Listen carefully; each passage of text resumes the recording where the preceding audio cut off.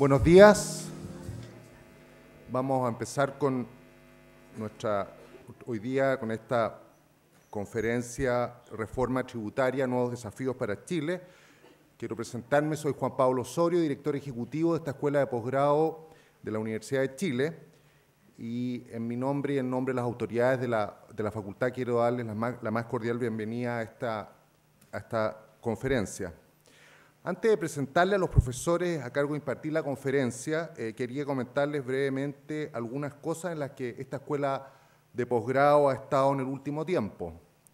Primero, quería comentarles que alineados con la estrategia que está promoviendo nuestro decano, el profesor Manuel Agosín, estamos tratando de potenciar nuestras actividades de networking con los alumnos y graduados de nuestra escuela de posgrado.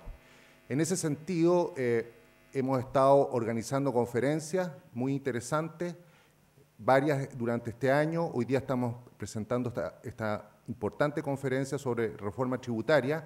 La próxima semana tenemos una conferencia sobre los nuevos desafíos en el marketing digital, que estará impartido por profesionales de Google, y así continuaremos durante el año y el próximo año.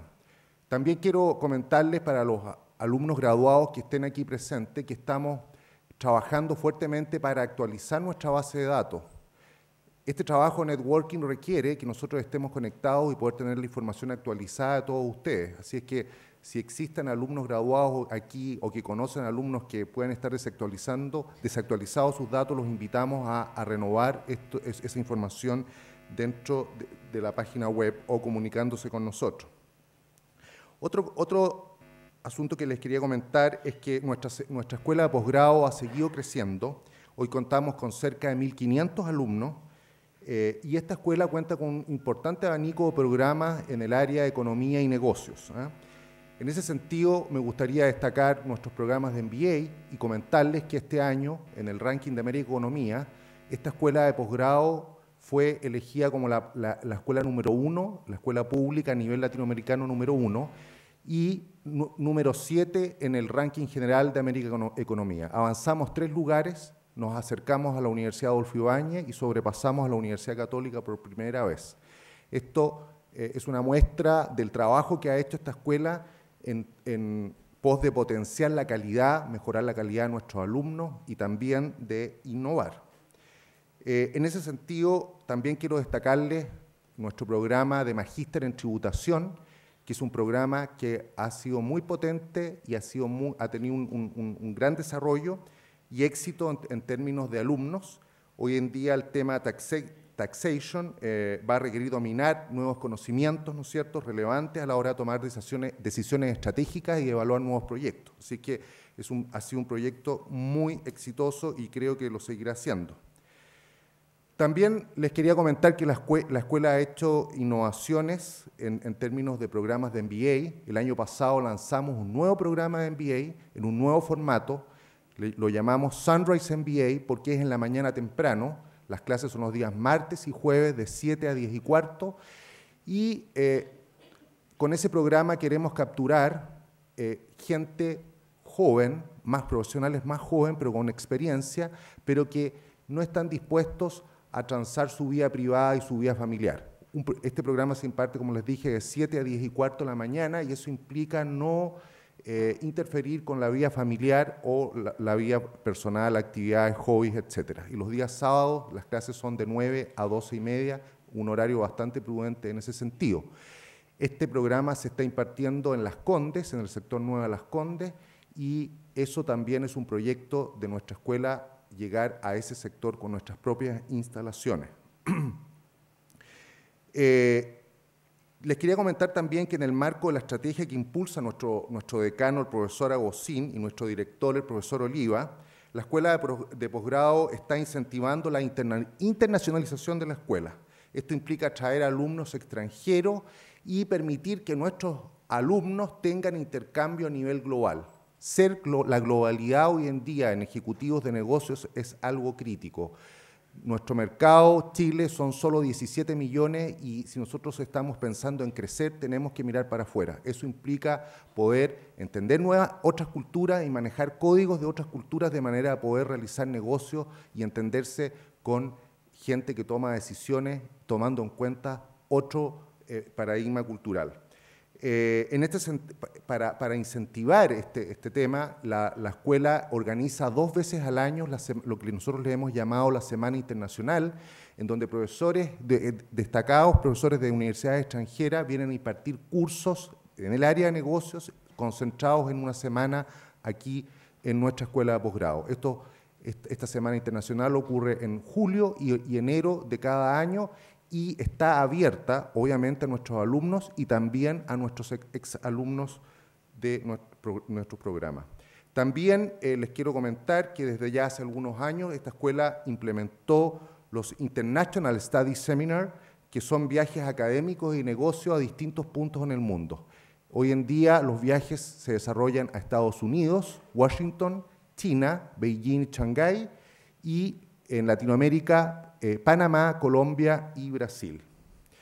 Bueno, eso es lo que les quería comentar brevemente sobre lo que nosotros algunas de las cosas principales en las que esta escuela de posgrado ha estado, y ahora quiero darle el pase a los profesores que van a impartir este seminario de reforma tributaria, nuevos desafíos para Chile. El seminario lo va a impartir el profesor Boris León, profesor del Magíster de Tributación de la Universidad de Chile y socio de Tax and Legal de KPMG. Después va a seguir el profesor Javier Jaque, director académico del Magíster de Tributación de la Universidad de Chile y también socio de Tax and Legal de KPMG. Muchas gracias.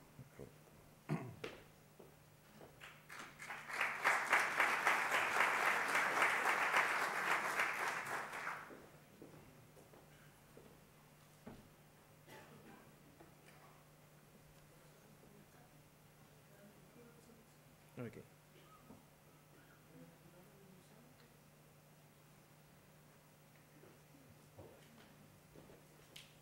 ¿Lo cortó? ¿Cierto? Sí. Ahí está.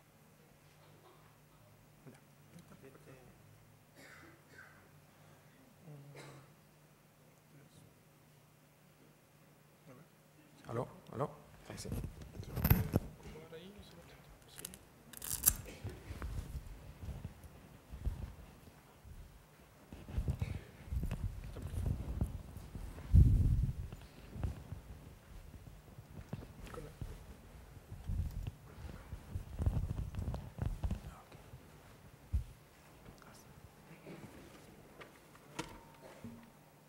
Ahí sí. Muchas gracias.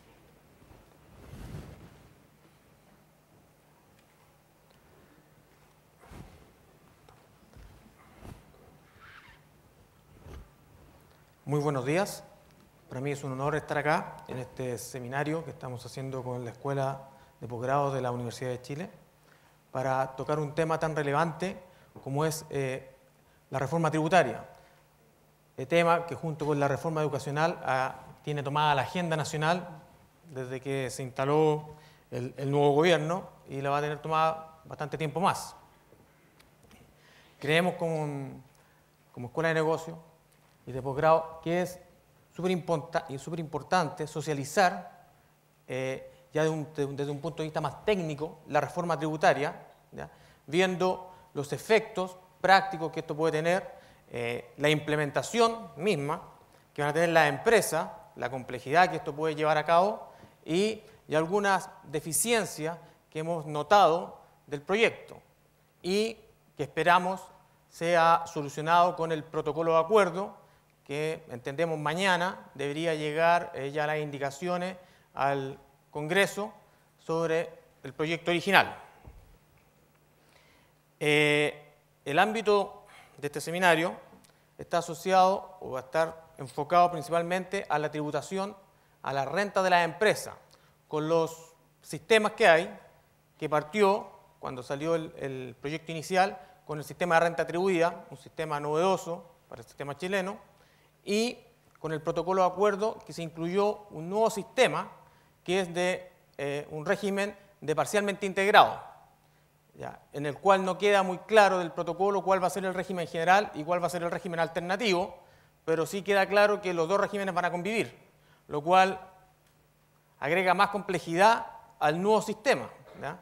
Entenderán qué pasa en un grupo empresarial si una parte del grupo decide tener régimen atribuido y otra parte del grupo decide tener régimen parcialmente integrado.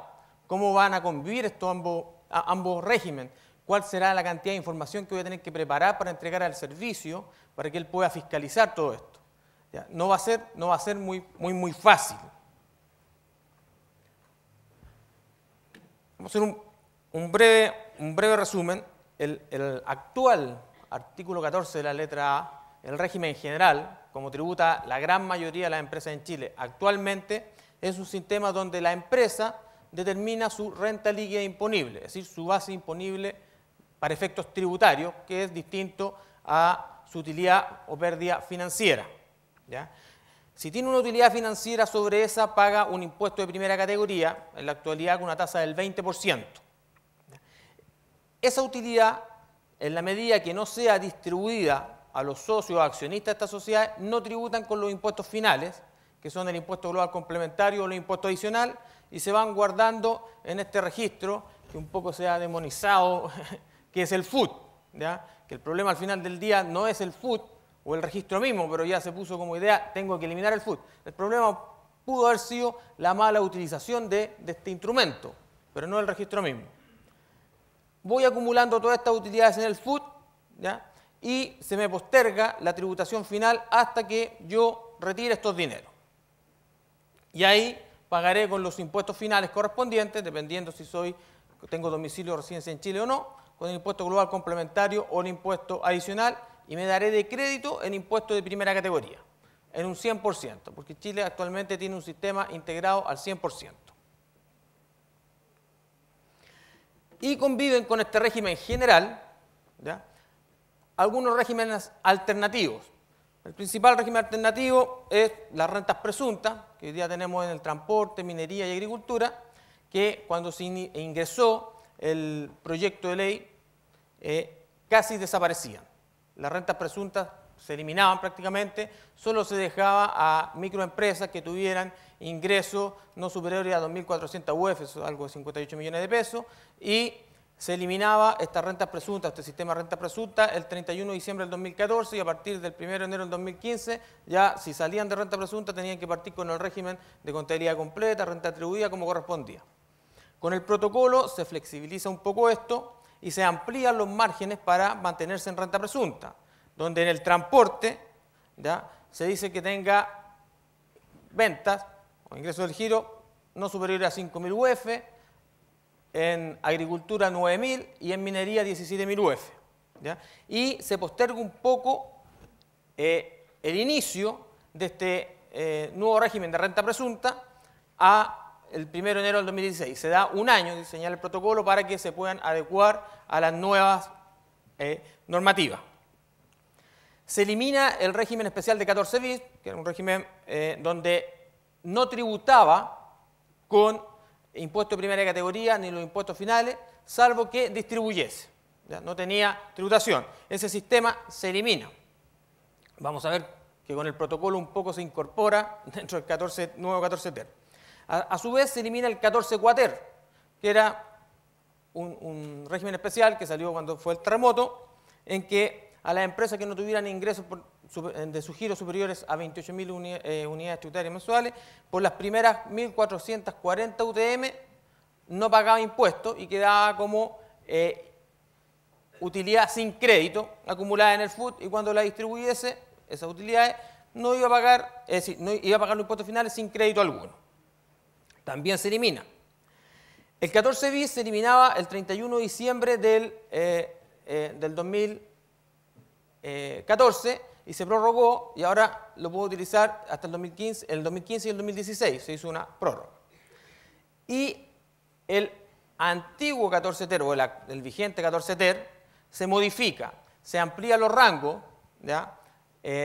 Pasábamos de que no podían tener, para acogerme al 14 ter, no podía tener ventas superiores a 5.000 unidades tributarias mensuales, en promedio anuales, a 25.000 unidades de fomento, y con el protocolo se amplió a 50.000 unidades de fomento. Es decir, antes cubría hasta la pequeña empresa y hoy día cubre a lo que la ley define mediana empresa, porque la mediana empresa, según ley, va entre 25.000 y 100.000 unidades de fomento por los ingresos de su giro. Y el 14 ter tiene otras modificaciones en que señala que hoy día, si yo tengo una sociedad en que solamente tengo socios personas naturales, o una SPA, que son sociedad por acciones, que son personas naturales, sus accionistas, podrían optar por no pagar el impuesto de primera categoría.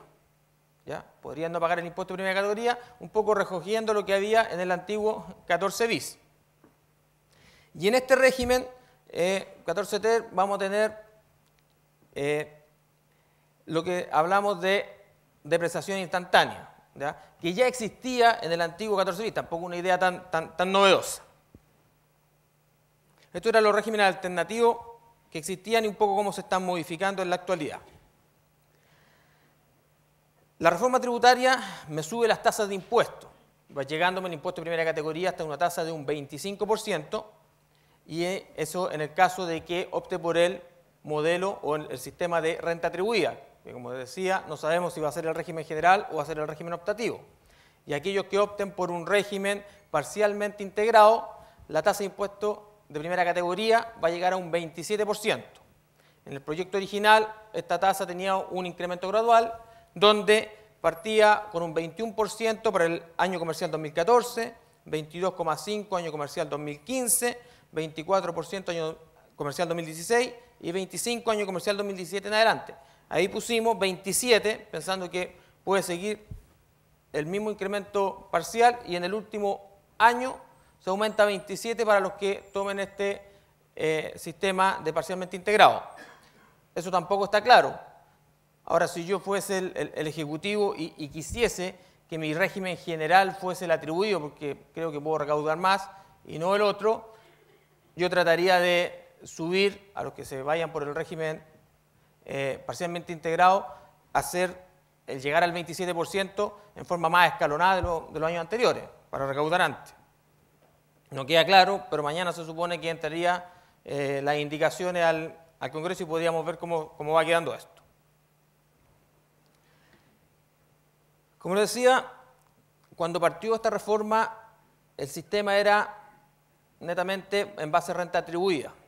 Esto no se elimina, sigue siendo como una de las alternativas, solo que se crea otra más. Ahora uno podrá decir, ¿saben qué? ¿Quién va a elegir la renta atribuida? Todos se van a ir por el parcialmente integrado. ¿En qué consiste? En que voy a pagar un impuesto de primera categoría del 27% y cuando yo retire o distribuya, pagaré el impuesto global complementario y me daré de crédito el impuesto de primera categoría, pero con un tope que me ponen ahora, por eso es parcialmente integrado, que es el 65% de la tasa vigente del impuesto de primera categoría del año en que distribuí las utilidades. ¿Ya? Es decir, no tiene tampoco mucho que ver con el impuesto que haya pagado. ¿Por qué? Porque pude haber pagado una tasa del 27, pero en 10 años más se ocurre subir la tasa a un 30 y me voy a dar de crédito el 65% del 30% que esté vigente al momento de distribuir. ¿Ya? Uno dirá, igual me conviene renta atribuida. En realidad eso habrá que verlo empresa por empresa, porque, como habrán escuchado en los medios, el impuesto final, lo que está hablando el subsecretario Mico y varios economistas, en el caso de irse por el régimen parcialmente integrado, la tributación final que se tendrá cuando yo retire estos dineros, como me doy de crédito solo el 65%, va a ser un 44,45%.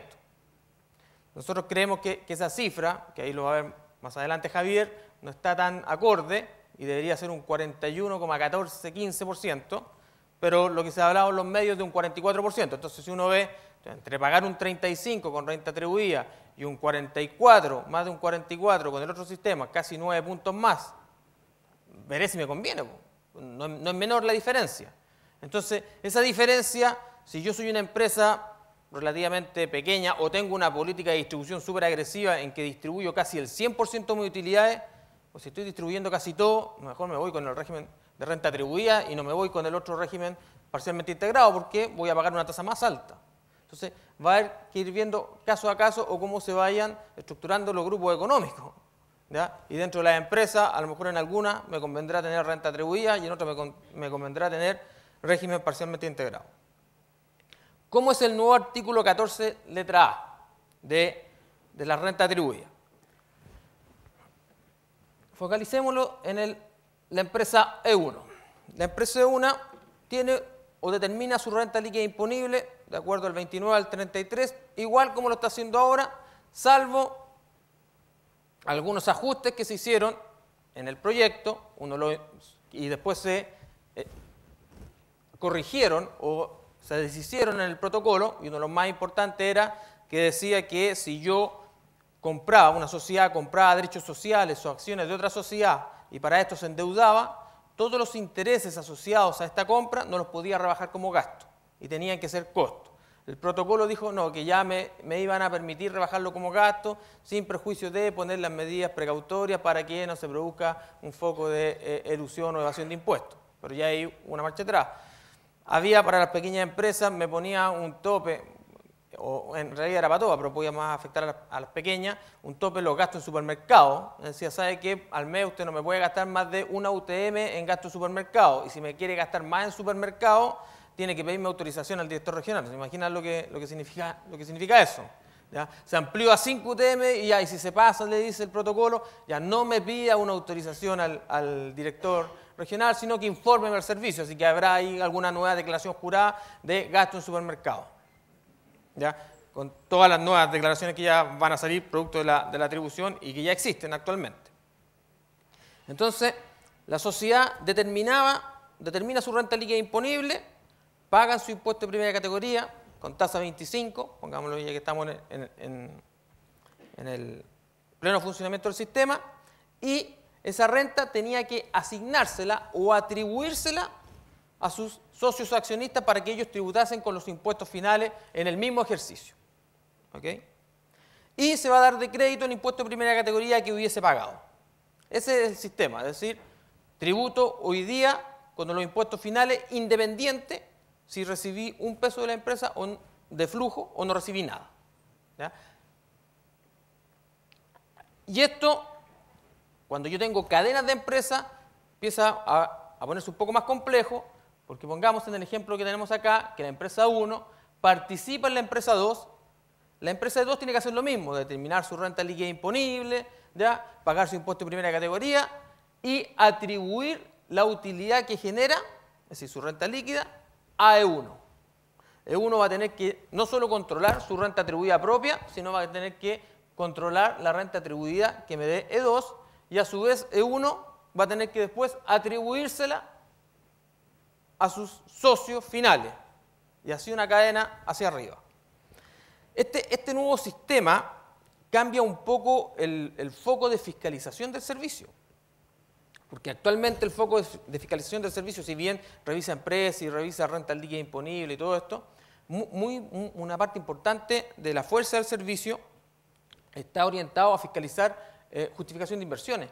¿Ya? Y donde empiezan a llamar a la gente, bueno, usted me declaró 10 en su formulario 22, pero se compró una casa que vale 50, y sin crédito hipotecario o con un crédito muy bajo, y se compró un auto, y se compró esto. Entonces empiezan a ver en qué gasté la plata. Está un poco la fiscalización en el gasto más que en la generación. Hoy día, los que opten por este sistema o el servicio cuando quiera revisar esto, lo que les interesa es dónde se generó. Porque si la RLI está correctamente determinada, ahí ya se la tengo que atribuir a mis accionistas o socios y pagar los impuestos finales. Entonces, ya no me importa mucho en lo que gastó o no gastó, porque ya me está tributando por todo. El nuevo 14, letra A, que hoy día tiene la ley, porque todavía no tenemos la indicación de cómo, como les decía, cómo va a ponerse este nuevo sistema de renta parcialmente integrada, que personalmente creo que va a ser el régimen alternativo y este debiese ser el régimen general, tiene 7 números. En el primer número habla qué contribuyentes quedan afecto a este régimen, que serían las sociedades que llevan contabilidad completa y los socios accionistas de estas sociedades. Y dicen, ustedes van a tener que tributar en el mismo ejercicio, ¿ya?, por las rentas que se les atribuyan de la sociedad en que ustedes participan. En el número 2, ¿qué hace el número 2? Empieza a decir, bueno, ¿cuál es el monto sobre qué tengo que tributar? ¿Cuál es la renta atribuida? Y ahí me dice, ¿qué entiende por renta atribuida? y ahí me dice que lo que entiende por renta atribuida es la determinación de la renta líquida imponible de acuerdo al 29 y al 33, más las rentas atribuidas que me han llegado de tercero, que se la tengo que atribuir a mis socios, más alguna renta exenta que no tributó con primera categoría, pero sí tributa con los impuestos finales. Y aquí cuando vemos el número 2 del artículo 14 letra A, vemos la primera inconsistencia que tiene la ley. Y en que cuando yo determino mi renta líquida imponible, yo agrego los gastos rechazados no afecto al artículo 21. Por ejemplo, contribuciones, el mismo impuesto a la renta, impuesto único, multas fiscales, la parte de crédito que me doy de donaciones, etc. ¿Ya? Y el mismo artículo 21 me dice, ¿sabe qué? Estos gastos yo no los quiero grabar, solo me lo agrega el RLI y al final del día estaría pagando un impuesto de primera categoría y sería solo su tributación. Pero como salió el proyecto, en el número 2 dice, ¿qué tengo que atribuir? Atribúyame la RLI, antes de deducirle nada, atribúyame la RLI. Entonces, ¿qué estoy haciendo con eso? Estoy haciendo tributar con el 35% los gastos rechazados que no estaban a efecto del artículo 21. ¿Ya? Y lo cual no creo que haya sido el espíritu del legislador. Entonces, estoy haciendo tributar gastos que en la actualidad no tributaban y que en el mismo artículo 21 dice que no tributan o que no se consideran retirados tampoco. ¿Ya? Entonces ahí tenemos una pequeña inconsistencia. Y después cuando veamos los registros, cómo se llevan, a nivel de registro, que yo tengo que llevar controlada mis rentas líquidas e imponibles, que son mis rentas atribuibles propias, dice rebaje los gastos rechazados no afecto al artículo 21. ¿Y qué me genera con eso? Me genera que la renta atribuible propia me quedan menores, porque le saqué todos los gastos no afecto al artículo 21, que ya se lo atribuí al socio y me está tributando. Entonces, con este sistema, cuando yo distribuyo un dividendo y se imputa a la RLI, no tributa, porque ya se supone que tributó. Pero si más encima le bajo los gastos rechazados afecto al artículo 21, el monto susceptible de ser imputable es menor. Entonces, me perjudica dos veces. ¿Ya? Uno, porque me atribuye, y segundo, porque me baja lo que tengo disponible para imputar dividendos que no van a tributar. Entonces ahí hay una inconsistencia que esperamos que en las indicaciones que vienen mañana sea solucionado. En el protocolo nada dice sobre este tema. ¿Ya? En el número 3 tenemos las formas de atribuir la renta, porque dice, ya usted determinó su renta líquida imponible, la cual la tiene que atribuir a sus socios accionistas, y ahora, ¿cómo la atribuye? Y entonces el número 3 dice, atribúyela como acuerden los socios accionistas en su pacto. Como ustedes lo acuerden, lo único es que por favor esto quede por escrito, ya sea en los estatutos o en el pacto social, antes de la distribución.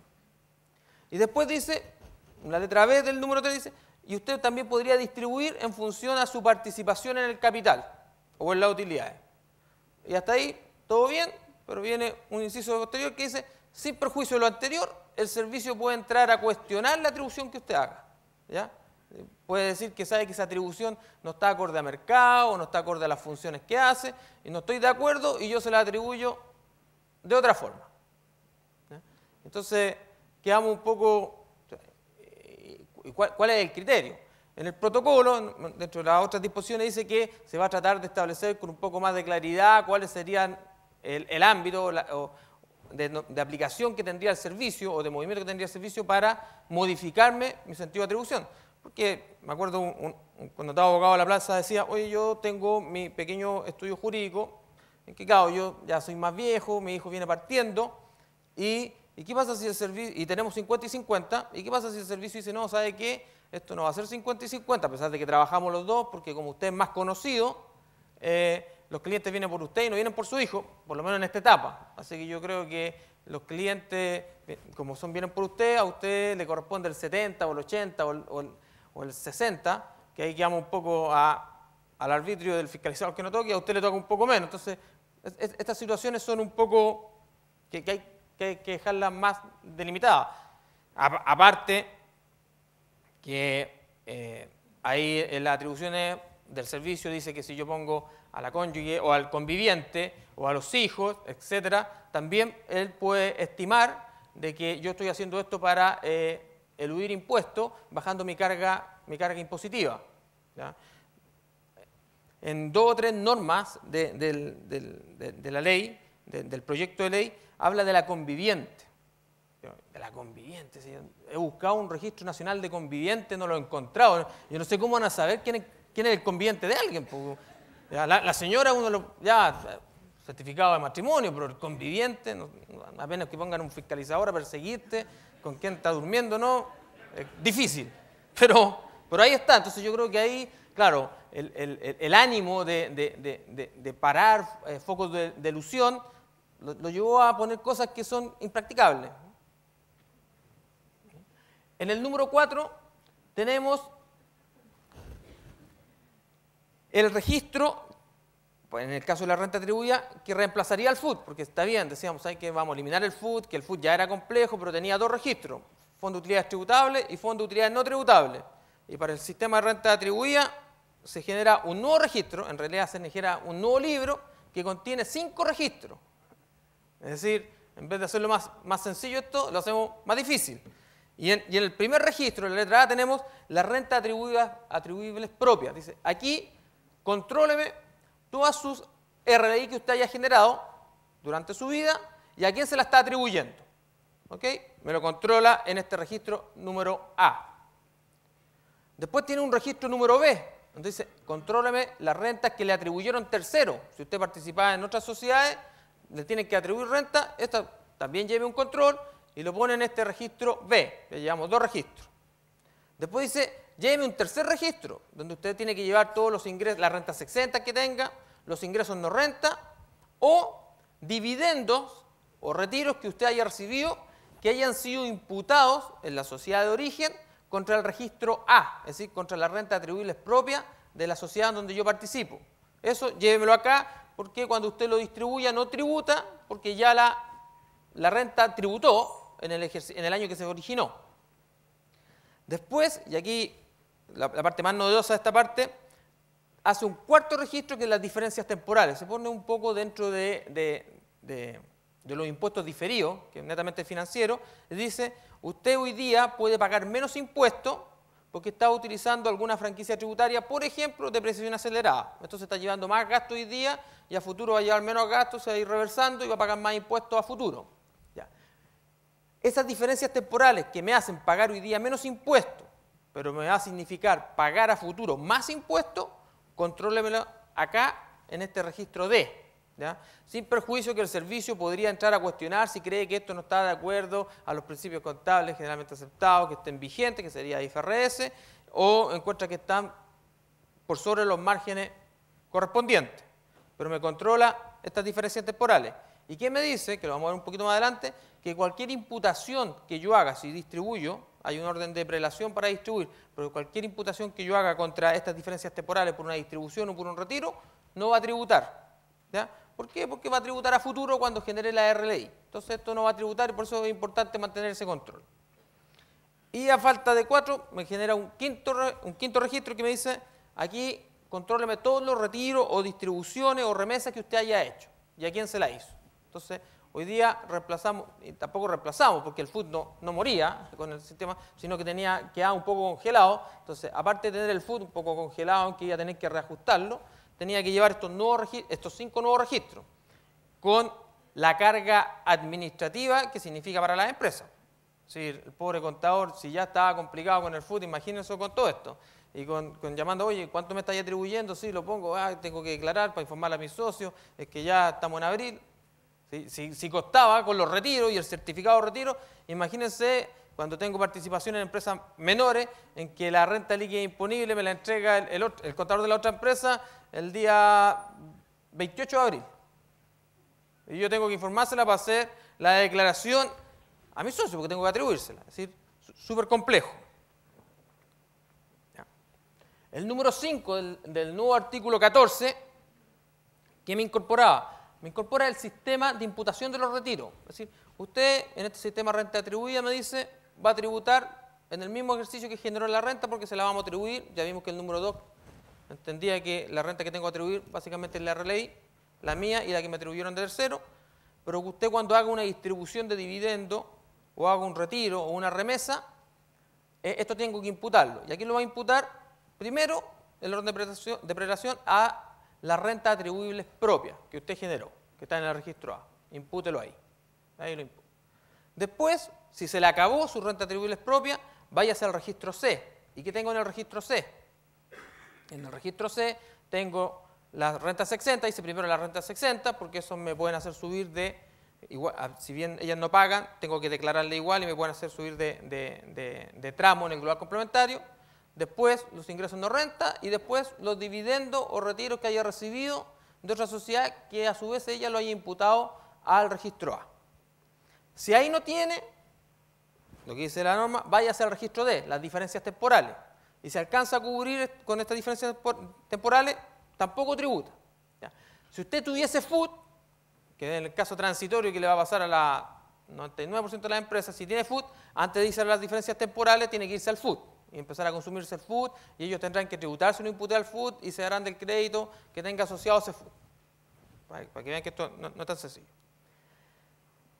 Y si no le alcanzó con el D, pongamos que no tenía FUT, y el D, la diferencia temporal era 10 y yo distribuí 20, me pasé en 10, ¿qué dice la norma? En el número 6, este retiro en exceso, considéremelo agregado a la RLI del ejercicio, págueme el impuesto de primera categoría de ese ejercicio, porque está distribuyendo más allá de las diferencias temporales, ¿ya? Y atribúyaselo al accionista.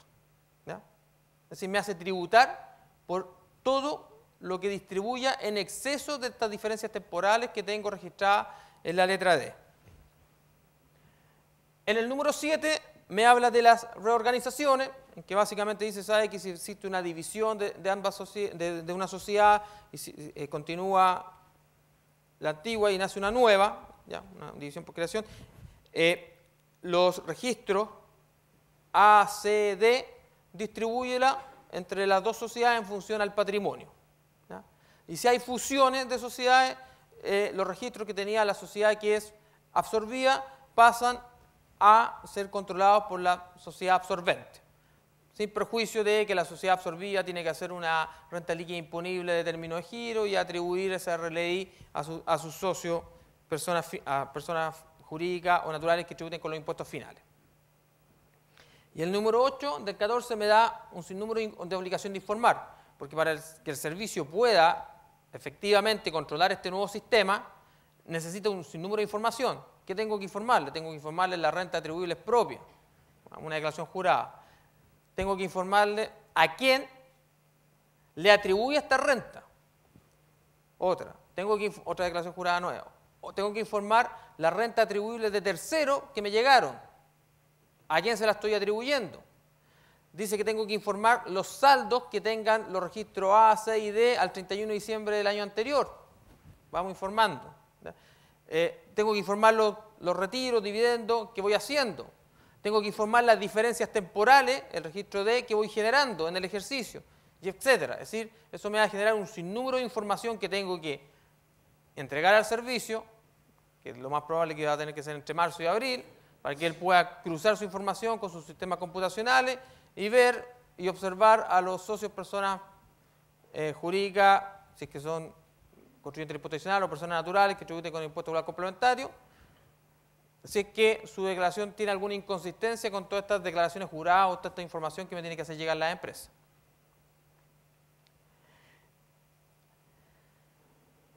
Otro punto importante y que causó gran debate que tenía el proyecto original era que con este sistema de renta atribuida decía, ya, yo tengo que atribuir toda la renta a mis socios que van a tributar con los impuestos finales, pero la empresa me tiene que hacer una retención provisoria de un 10% de esta renta que voy a atribuir.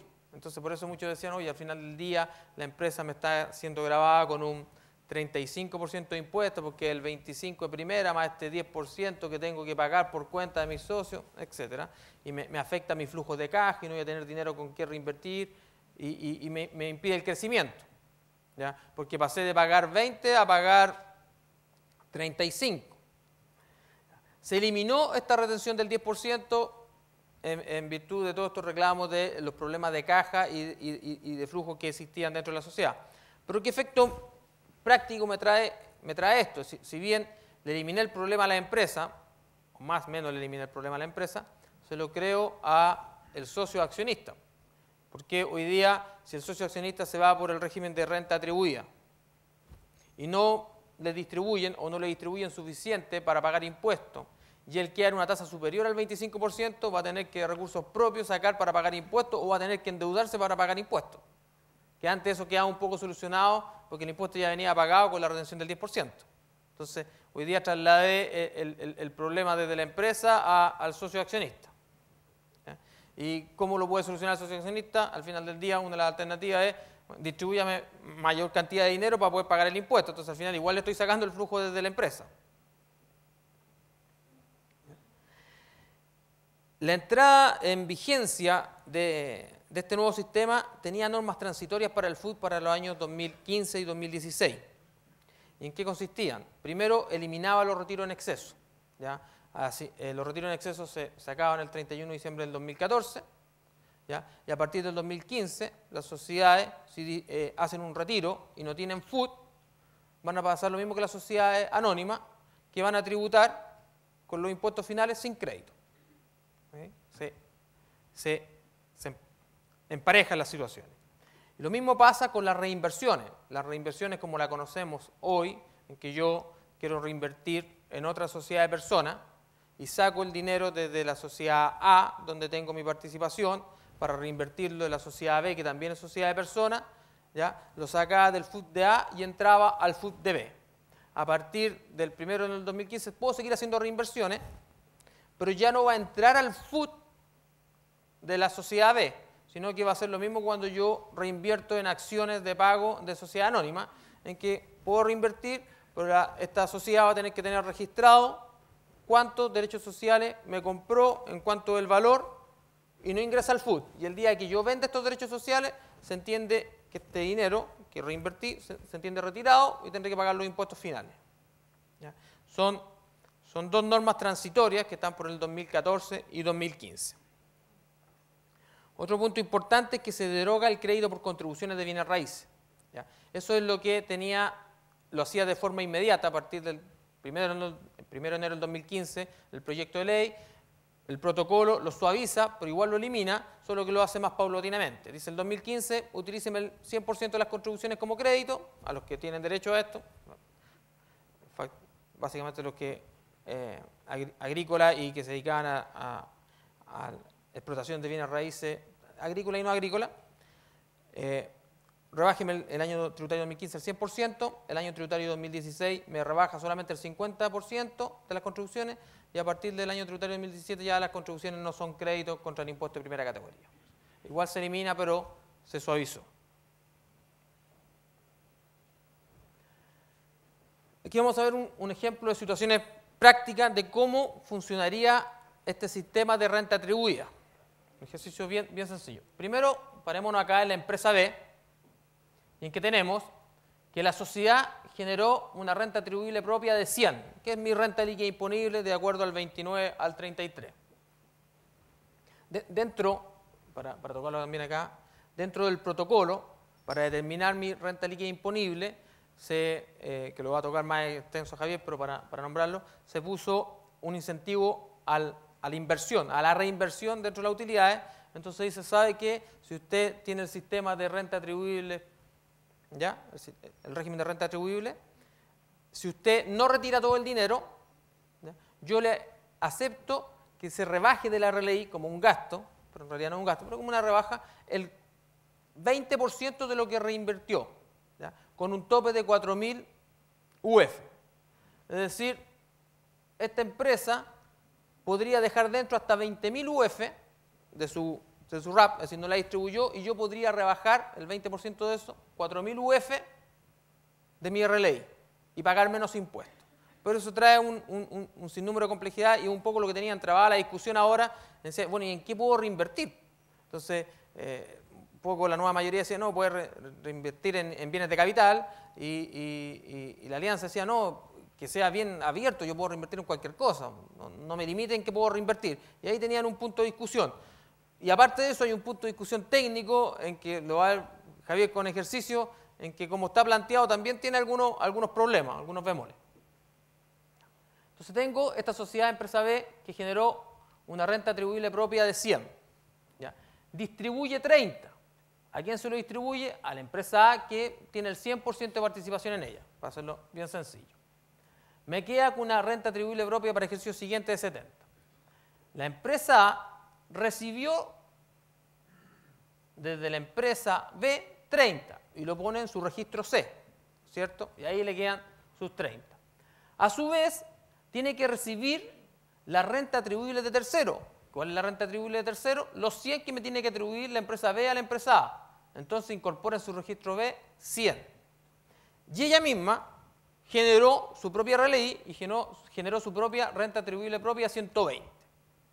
Y ella decide distribuir o retirar a su persona natural o jurídica final 70. ¿Y cómo es el orden de imputación? Primero me tengo que ir al RAP, a la renta atribuible propia. ¿Cuánto tengo? 120. ¿Cuánto estoy distribuyendo? 70. Me alcanza para cubrir todo mi retiro y para ejercicio futuro me quedan 50 de RAP y 30 en el C. ¿Con qué tributa la persona natural o jurídica final? Con 220. ¿Cómo se conforman esos 220?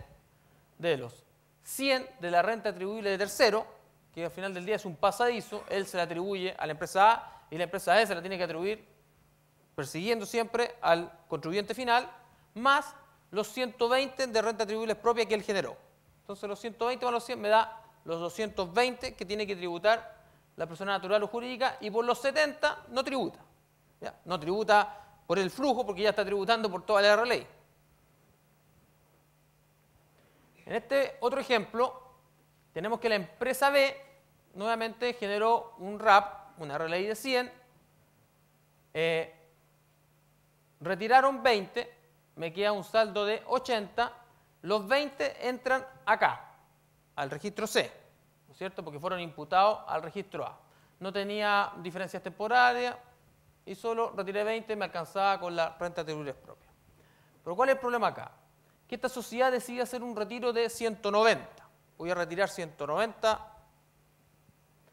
¿Cuánto tengo de RAP en esta? Tengo 120. Me llevo los 120. Ok, después dice váyase por orden de imputación al registro C. ¿Cuánto tengo? 20. Se lleva los 20. He podido imputar de los 190 hasta el momento 140. ¿Qué otro registro tengo? El D, pongamos que no tiene FUD ni FUN. Y tenía diferencias temporales por 40. Imputo los 40 diferencias temporales. Me los llevo.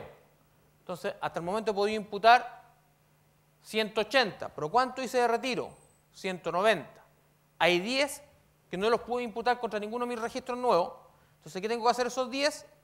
Tengo que incorporarlo a mi RAP, que aquí no está hecho para poder explicar el ejercicio, incorporarlo a mi RAP, pagar el impuesto de primera categoría y atribuírselo al contribuyente final. Entonces, ¿con cuánto va a tener que tributar él? Por 230, que son los 120 originales, más los 100 que me atribuyeron, 220, más el diferencial de 10, que no alcanzó a cubrir las diferencias temporarias.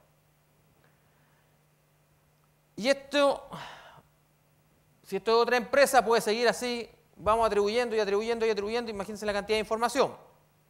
Y el problema es que si yo me equivoqué en esta, llega el servicio y me dice, ¿sabe qué? Se equivocó en la empresa B y tengo una cadena de empresa I, esta estaba mal hecha, no solo tengo que después rectificar esta, tengo que rectificar esta, hasta llegar a todos los socios, es decir, un dominó. ¿Ya? Hoy día, el servicio a veces dice, oye, pero si hoy día eso pasa, si yo rectifico el FUT y tiene malos los créditos, tengo que hacer rectificar a los socios personas naturales o a los contribuyentes finales. Eso no es así. Hoy día, ¿qué se hace? Se arreglan los créditos a nivel de FUT y yo no rectifico hacia arriba. Imagínate una sociedad anónima que tenga 1.000, 2.000, 10.000 accionistas. No ando llamando a cada accionista. Le ajusto los créditos en el FUT. Pero con este sistema no voy a tener que llamarlo. Porque a lo mejor alguno de ellos quedó en una tasa inferior a la que le correspondía, a lo mejor pidió hasta devolución de impuesto de primera categoría que no le correspondía. Entonces va a ser una cadena y una carga de trabajo importante para los fiscalizadores, que ya son escasos. Otro problema que tiene la norma de renta atribuible junto con el impuesto del artículo 21 es que esta parte que yo imputé a las diferencias temporarias, ¿ya? Cuando yo lleve los 190, pongamos que tengo otra sociedad aquí adelante, cuando lleve los 190, estos 190 enteros no pueden ingresar al registro C, porque en el registro C dice, incorpóreme la rentas exentas, ingresos no renta o rentas percibidas que yo haya imputado a RAP o a la letra C de otra sociedad, pero no me habla nada de la D. Entonces, en la otra sociedad que llega, voy a tener que imputar ¿cuánto? Voy a tener que imputar 180, no menos. Voy a tener que imputar, de estos 190, voy a tener que imputar 140. Y los otros 40, 150 con los 10, porque más 6 quedan. Y estos 40 no quedan en ningún lado. Entonces, si el otro se le ocurre distribuir la misma cantidad de flujo de caja, como no va a tener una diferencia temporaria recibida de tercero, ¿me van a hacer tributar de nuevo? Son las dudas que nos quedan. No sé si con las indicaciones eso se podrá solucionar. ¿Ya? Pasando a otro tema, porque ahí un poco cerramos lo que era la renta atribuida, que era bien importante, que es el IVA en la venta de inmuebles, que también causó gran revuelo, ¿ya? En que señala, el proyecto decía que se iba a gravar con IVA todas las ventas habituales de bienes inmuebles, ¿ya? Pero decía, se graba la venta habitual de bienes inmuebles y mucha gente se preocupó, dijo, oye, ¿y si yo compro una parcelita y la subdivido y la vendo? ¿Es un inmueble o no es un inmueble? Es un inmueble y la ley que dice se graba la venta habitual de bienes inmuebles, entonces ¿por qué voy a dejar, está en el espíritu del legislador, grabarme la venta de terreno? Y si uno miraba el texto original decía, se graba la venta habitual de venta de inmuebles, entonces si yo me dedicaba a la compra y venta de terreno estaría grabado. Entonces en el protocolo se dice que se va a precisar que la venta de terreno no va a estar grabado con IVA, ¿ya? Y en relación a otros inmuebles que se van a gravar solamente lo que tengan que ver con la operación de giro inmobiliario. A su vez, el artículo 8º, letra M, se modificó que se grava con IVA los bienes corporales muebles e inmuebles que forman parte del activo fijo de la empresa, en que yo los venda entre que los compré y los vendí aplazados un plazo inferior a 36 meses. Estaría grabado con IVA. En la actualidad era 4 años en los bienes corporales muebles y en los inmuebles eran 12 meses. Es decir, se amplía el ámbito para gravarme con IVA en los inmuebles. ¿Desde cuándo rige? A partir del 1 de enero del año 2016. Que decía también, hay normas transitorias y para proteger, decía, si usted ya tiene una promesa de venta firmada con anterioridad al 1 de enero del 2016, no se va a afectar con IVA, pues a entender que esta operación fue realizada antes de que entrara en vigencia la ley. Lo mismo para los leasing inmobiliarios. Otra cosa que causó gran impacto y decían, oye, esto va a hacer subir el precio de las viviendas, es que se modifica el crédito especial en la construcción, el 65% del IVA en la construcción, que era hasta viviendas de 4.500 UF, y yo me lo daba como crédito, cosa de no gravar con IVA. Se estableció de que hasta 2.000 UF era vivienda normal de clase media, de más de 2.000 UF ya era para gente más acomodada y no teníamos que tener este beneficio. Entonces, por lo tanto, hoy día el beneficio del 65% del crédito fiscal de IVA está solamente a vivienda hasta 2.000 UF. En el proyecto original de ley, aparte de bajar a 2.000, se había bajado el tope que yo podía utilizar como crédito por cada operación, que era de 225 en la actualidad a 100. Entonces, en la realidad, las 2.000 UF eran mucho menos, porque si tenía un tope de 100, me quedaba como en 1.500, 1.600 estábamos sacando. Con el protocolo se repone el tope de 225 UF por la vivienda hasta 2.000 UF. Y otro punto que también causó gran impacto fue la ganancia de capital en la venta de los inmuebles, en que me gravaba la ganancia de capital que tenían las personas naturales por la venta de inmuebles, salvo que estuviesen vendiendo el inmueble que era su casa habitación. ¿Ya? Y en la medida de que la utilidad que generasen por la venta de este inmueble no superara las 8.000 unidades de fomento. Pero si tenía una casita en la playa o tenía una segunda vivienda que la había utilizado para obtener arriendo, en vez de tener la plata en un fondo 2 de AFP, decía, tengo un inmueble y lo arriendo y después me aburrí y lo quiero vender, si ganaba ahí tenía que tributar. El protocolo dice, ¿sabe qué? No va a tributar si si usted obtiene un mayor valor, hasta 8.000 UF, independiente del bien que sea. Lo que no queda muy claro del protocolo, nosotros creemos que el espíritu es que sea por cualquier bien que venda y individualmente no tenga una utilidad mayor a 8.000 unidades de fomento, no debiese tributar, pero como está redactado no queda claro si es en el conjunto de bienes que venda en ese ejercicio la 8.000 o es por cada uno. Entonces, como decían mi papá, en la letra chica el diablo mete la cola, uno nunca sabe cómo va a quedar al final del día. Y en el proyecto original decía cuál es su costo, el costo de adquisición más todas las mejoras que usted haya hecho al inmueble y que las pueda acreditar con la documentación de respaldo correspondiente. Ya, en el protocolo se dan dos alternativas más para justificar el costo, que sería el avalúo fiscal vigente al 1 de enero del 2017, ¿ya? O el valor de mercado a la fecha de publicación de la ley. No queda muy claro cómo yo podría acreditar ese valor de mercado, si bastará con una tasación de un experto independiente y con eso será suficiente para acreditar ese valor de mercado, o me lo tendrá que tasar evaluaciones del servicio. No queda muy claro, pero me da dos alternativas más. ¿Ya? Y la otra alternativa que me da es que este mayor valor, en el caso que tenga que tributar, si tengo más de 8.000 UF de ganancia de capital, este mayor valor podría tributar con un impuesto único del 10% o hacerlo como decía el proyecto original, en que tenía que hacerlo tributar reliqueando en el periodo de permanencia que tuvo el bien, es decir, durante el tiempo que fui dueño del bien, con un máximo de 10 años. Y ahí yo elijo. Y con respecto a los gastos rechazados del artículo 21, lo que hace el proyecto, más o menos mantiene lo que había, pero sube la tasa, ¿ya? La sube de un 35 a un 40%, ¿ya? Y mantienen que si este gasto rechazado puede ser asignado a un socio, se lo tengo que asignar al socio, no pago el 35, él pagará el global que tenga, más un 10% más, es decir, entrando esto en régimen, alguien que le puedan asignar un gasto rechazado podría estar tributando hasta con un 45% de impuestos. Ahora, no sé cómo va a quedar con el régimen de parcialmente integrado, en que se dice que la tasa es un 44 y me asignan este 10%, podría estar tributando hasta en un 54, un monto bastante grande. Como para ir cerrando, vemos que el sistema de renta atribuida va a seguir. No sabemos si va a ser el régimen general o va a ser el régimen especial, pero va a seguir, y dependiendo de cómo sea la política de distribución de cada empresa, puede convenir seguir en este régimen o puede ser mejor irse al régimen parcialmente integrado. Vimos que hoy día el actual sistema tiene algunos problemas, como por ejemplo que me están haciendo atribuir los gastos rechazados no afecto al artículo 21 y grabándomelo con un 35%.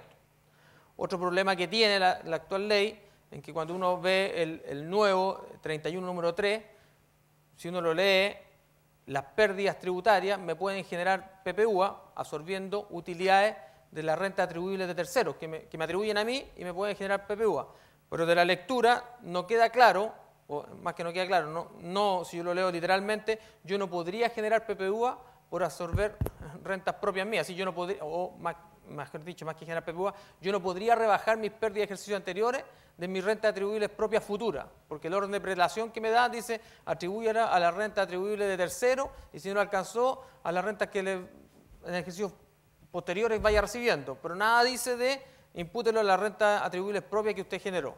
Entonces ahí podría, que tampoco creo que sea el espíritu del legislador, dejarme obtener, rebajar mis pérdidas propias de renta de tercero y no rebajarlas de mis propias utilidades. La eliminación del 10%, si bien le puede aliviar un poco el flujo de caja a la empresa, se lo está traspasando al contribuyente final. El protocolo también habla de que los regímenes especiales o preferenciales se mantendrían, como la zona franca, etc. Había que ver cómo va a estar integrado con todo el nuevo aparataje. Se están precisando un poco más las facultades de tasación o de asignación que tiene el servicio en caso de atribución de renta, pero no sabemos cómo va a salir escrito, ¿ya? Y el otro punto que nunca, que lo abordamos en algunos seminarios anteriores, pero nunca nadie o se hizo cargo en el protocolo nada, que cuando yo hago el sistema de renta atribuida, al final del día puedo estar atribuyendo renta que nunca van a significar flujos de dinero. Por ejemplo, la corrección monetaria de los activos. Por ejemplo, si yo mantengo una inversión en una empresa en el extranjero, en dólares, y el dólar se me dispara, voy a generar una tremenda utilidad por diferencia de cambio. Pero esa utilidad por diferencia de cambio no es flujo. ¿Qué tendría que hacer? ¿Vender la inversión para obtener los recursos para pagar los impuestos que me puede generar eso? Son cosas que deben irse aclarando y mejorando. Y esperemos que lo que se presente mañana esté mucho más claro. Dejo con ustedes ahora al profesor Javier Jaque, que sigue. Muchas gracias.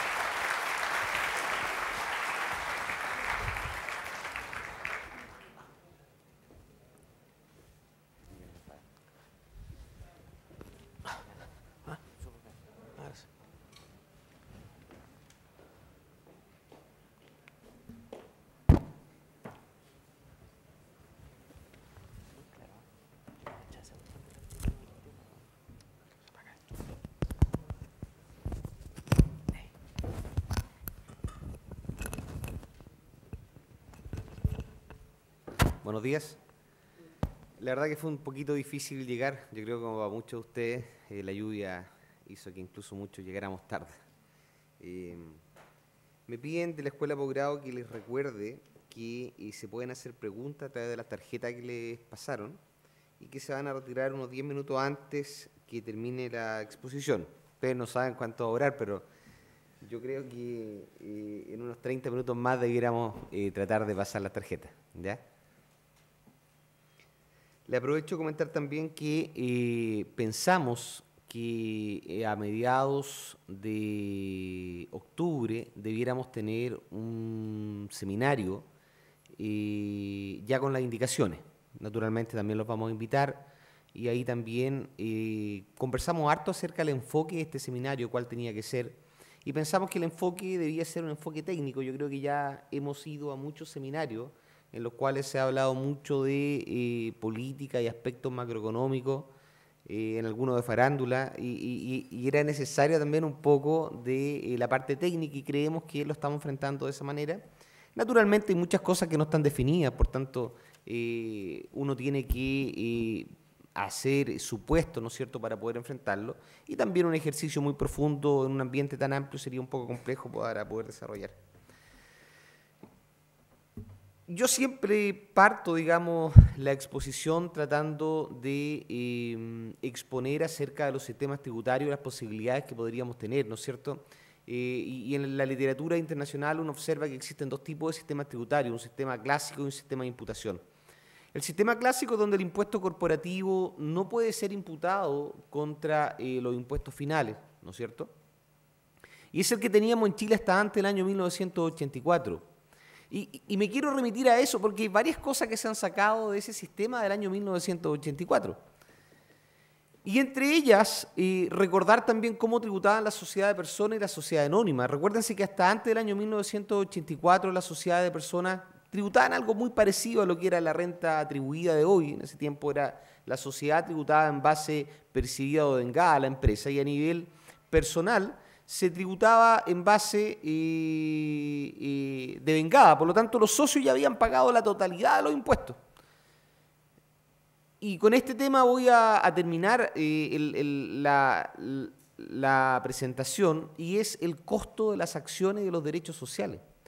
Si yo estoy en un sistema tributario, y esto es como las películas, en algunas películas uno parte por el final. Si uno tiene que determinar el costo tributario en un sistema tributario donde se ha tributado por la totalidad de la renta, ¿cuál sería el costo de la propiedad? Y naturalmente, en forma armónica, era lo que uno conocía como el famoso BPP tributario, que en realidad era el costo de la inversión más lo que yo no había retirado. Y así estaba definido en este nuevo sistema de régimen de renta atribuida. Pero con una salvedad, que era solo respecto al registro A. Entonces hablábamos de un BPP del RAP. Y así debiera seguir. Uno debiera imaginarse lo que va a hacer de esa forma. Entonces ahora si avanzamos al régimen de imputación parcial, debiéramos ir, a ¿cuál va a ser el costo en un régimen de imputación parcial? El que tenemos hoy día. ¿Y cuál tenemos hoy día? El costo corregido. Chuta, entonces cuando venda acciones o venda derechos sociales, voy a tener que decir, oye, voy a vender acciones. ¿Y de qué sistema es? No, mi empresa está en el régimen de renta atribuida. Ah, entonces BPP del RAP. Oye, no, voy a vender acciones y esta otra está en el régimen de imputación parcial. Entonces va a ser el costo corregido. La verdad que se complejiza bastante el sistema tributario y desde esa perspectiva, la verdad es que uno visualiza... A mí me dijeron que esto iba a ser más fácil. Cuando se empezó el proceso, una de las variables que se tenía a la vista, ¿no es cierto?, era simplificar el sistema. De acuerdo a Adam Smith, ¿no es cierto?, en el libro La riqueza de las naciones, todo sistema tributario debiera tener un cúmulo de principios, ¿no es cierto?, y los principios serían la equidad, el que el Estado gaste los recursos de manera eficiente y, entre otros, que sea simple. Ya el sistema chileno era bastante complejo. Imagínense a dónde estamos llegando y efectivamente, porque, como decía bien Boris, primero voy al registro A, ya tributé. Después voy al registro C, ya está tributado. Después, en el año 2025, voy al FUT, porque consumo el A, consumo el C, y después voy al FUT, que en el FUT hay un PIB acumulado. Entonces me voy a tener que acordar en el año 2025, cuando nada de esto exista, acerca de cómo se hacía el FUT de lo que se está estudiando hoy en día. Ni hablar para las universidades. ¿Deberemos enseñar el FUT o no? Pucha, parece que sí, po. Parece que no se va a terminar nunca este cuento, porque y aparte hay que enseñar esto otro. ¿Me entienden? Entonces, la verdad que va a ser bastante complejo formar profesionales tributaristas más adelante. Y es por eso que para todos los que estamos acá es un desafío, porque que nosotros entendamos esto es un desafío simpático, bonito, efectivamente es un desafío intelectual. Pero imagínense para los jóvenes que van a estar entrando al mundo profesional en 10 años más para poder ver cuánto y cómo se aprende impuestos. Porque no van a dar ni ganas de estudiar FUT en 15 años más, po. Entonces, y tampoco como asesor voy a poder decir, ¿sabes qué? Mira, no, yo sé de ahora para adelante, nomás para atrás no me puedes preguntar. Sería como un poco irresponsable, ¿no es cierto? Ahora, a todo lo que habló Boris de la presentación, ¿no es cierto?, que intentamos que fuera simple acerca de la imputación de los retiros en el registro A, B, C, porque también podría haber habido que en la empresa B se hubiera imputado al registro temporal, cosa que no tributa, y después de este registro temporal, efectivamente llegar en un año siguiente o en 2 años siguientes realmente renta, y esa renta se tiene que empezar a atribuir después de imputarse. Es decir, eso puede ser mucho más complejo, porque acuérdense que en el RAP va a haber que pagar los impuestos, va a haber que hacer corrección monetaria, va a haber que ingresar dividendos, ¿no es cierto?, históricos, van a haber PPUA, es decir, nada de lo que nosotros tenemos hoy en día se nos olvida. Y todo esto se mete en un sistema nuevo con reglas distintas. Van a haber gastos rechazados, no afecta el artículo 21 que deben imputarse. Van a estar las contribuciones con sus nuevas interpretaciones que en vez de gastos rechazados son activos. Todo lo misma problemática del FUT efectivamente se tiene que trasladar a este registro nuevo. Y yo les voy a proponer adicionalmente otro registro nuevo, que es el registro de la imputación parcial, porque tiene que ser registrado. Si en su naturaleza el sistema de imputación, donde el impuesto de primera categoría o el impuesto corporativo a nivel internacional puede ser imputado como crédito contra los impuestos finales, naturalmente que en su naturaleza contempla un registro. Porque claramente debo considerar no solo el impuesto pagado, porque hoy en día el sistema del FUT se centraba en el impuesto pagado y vamos registrando cuánto fue el impuesto pagado. Pero luego en este nuevo sistema vamos a tener que registrar las utilidades sujetas a tributación. Claro, porque yo voy a tener utilidades que se generaron en la empresa, pero también voy a tener utilidades sin crédito. O le voy a dar el 65% del 27%, porque ese es el protocolo, ¿no es cierto? Todos lo habrán escuchado, a todas las utilidades, a las sin crédito, y al FUF, porque también va a haber una especie de FUF por el tema de la depresión acelerada. Oye, y también hago tributar al FUNT, a los ingresos no renta, porque siguen habiendo ingresos no renta. Entonces, naturalmente, debo hacer este registro en su naturaleza, un sistema de imputación lo contempla. Yo he tenido la suerte de conversar con las personas que diseñaron el FUT, y todavía trabajan en el servicio. La verdad que nunca se imaginaron en lo que se iba a convertir el FUT. Y yo he conversado con ellos y me dicen, mira, ¿sabes qué? Yo simplemente tenía que el FUT era un depósito donde llegaba la RLI y registraba cuánto se llevaba finalmente. Y en lo que se ha convertido hoy en día con tantas normas, yo creo que todos nos hemos visto bastante complicado alguna vez haciendo un food. Y efectivamente, yo no sé si alcanza a conocer a las personas que diseñaron este nuevo sistema o no, pero en estricto rigor no sé si lo alcanza a conversar con ellos en 20 años más, a eso me refiero. Pero lo cierto es que no se están imaginando en lo que se va a convertir esto. Y voy a exponer también por qué. En términos simples, se plantea en el protocolo incentivo al ahorro y la inversión. Junto y conviviendo con este régimen integrado de rentas, que es el de renta atribuida, con tasa 25%, se cede en el corazón de la reforma, porque es ceder, ¿no es cierto? Se cede, y se llega a un sistema se habla de integración parcial, en los libros aparece como imputación parcial, pero sí hay que subir el impuesto de un 25 a un 27%, ¿no es cierto? Eso ya lo habrán analizado. Luego, conversábamos con las personas que están diseñando esto en alguna oportunidad y efectivamente discutíamos acerca si era más fácil o era más complejo. Ellos naturalmente creen que este sistema es más fácil, el sistema de renta atribuida, pero nosotros pensamos, o yo pienso que la verdad que es más complejo. Pero conversábamos, sin existir este ceder a este nuevo sistema de imputación parcial, que eso no es lo complejo. Lo complejo es que después del registro A y del registro C tengo que ir al registro FUT. Eso es lo complejo, que convivan, eso es lo complejo. Y ahora va a ser más difícil, por lo que se acojan al de renta atribuida, el FUT anterior no va a morir, pero los que se acojan al sistema nuevo van a tener que diseñar un nuevo sistema. Entonces vamos a tener 3 sistemas dando vuelta. El FUT en su naturaleza como estaba acumulado y los de renta atribuida van a tener que mantenerlo, y el sistema tributario que se elija finalmente para los que tengan imputación parcial. Entonces se habla que ahora corresponde el término del FUT.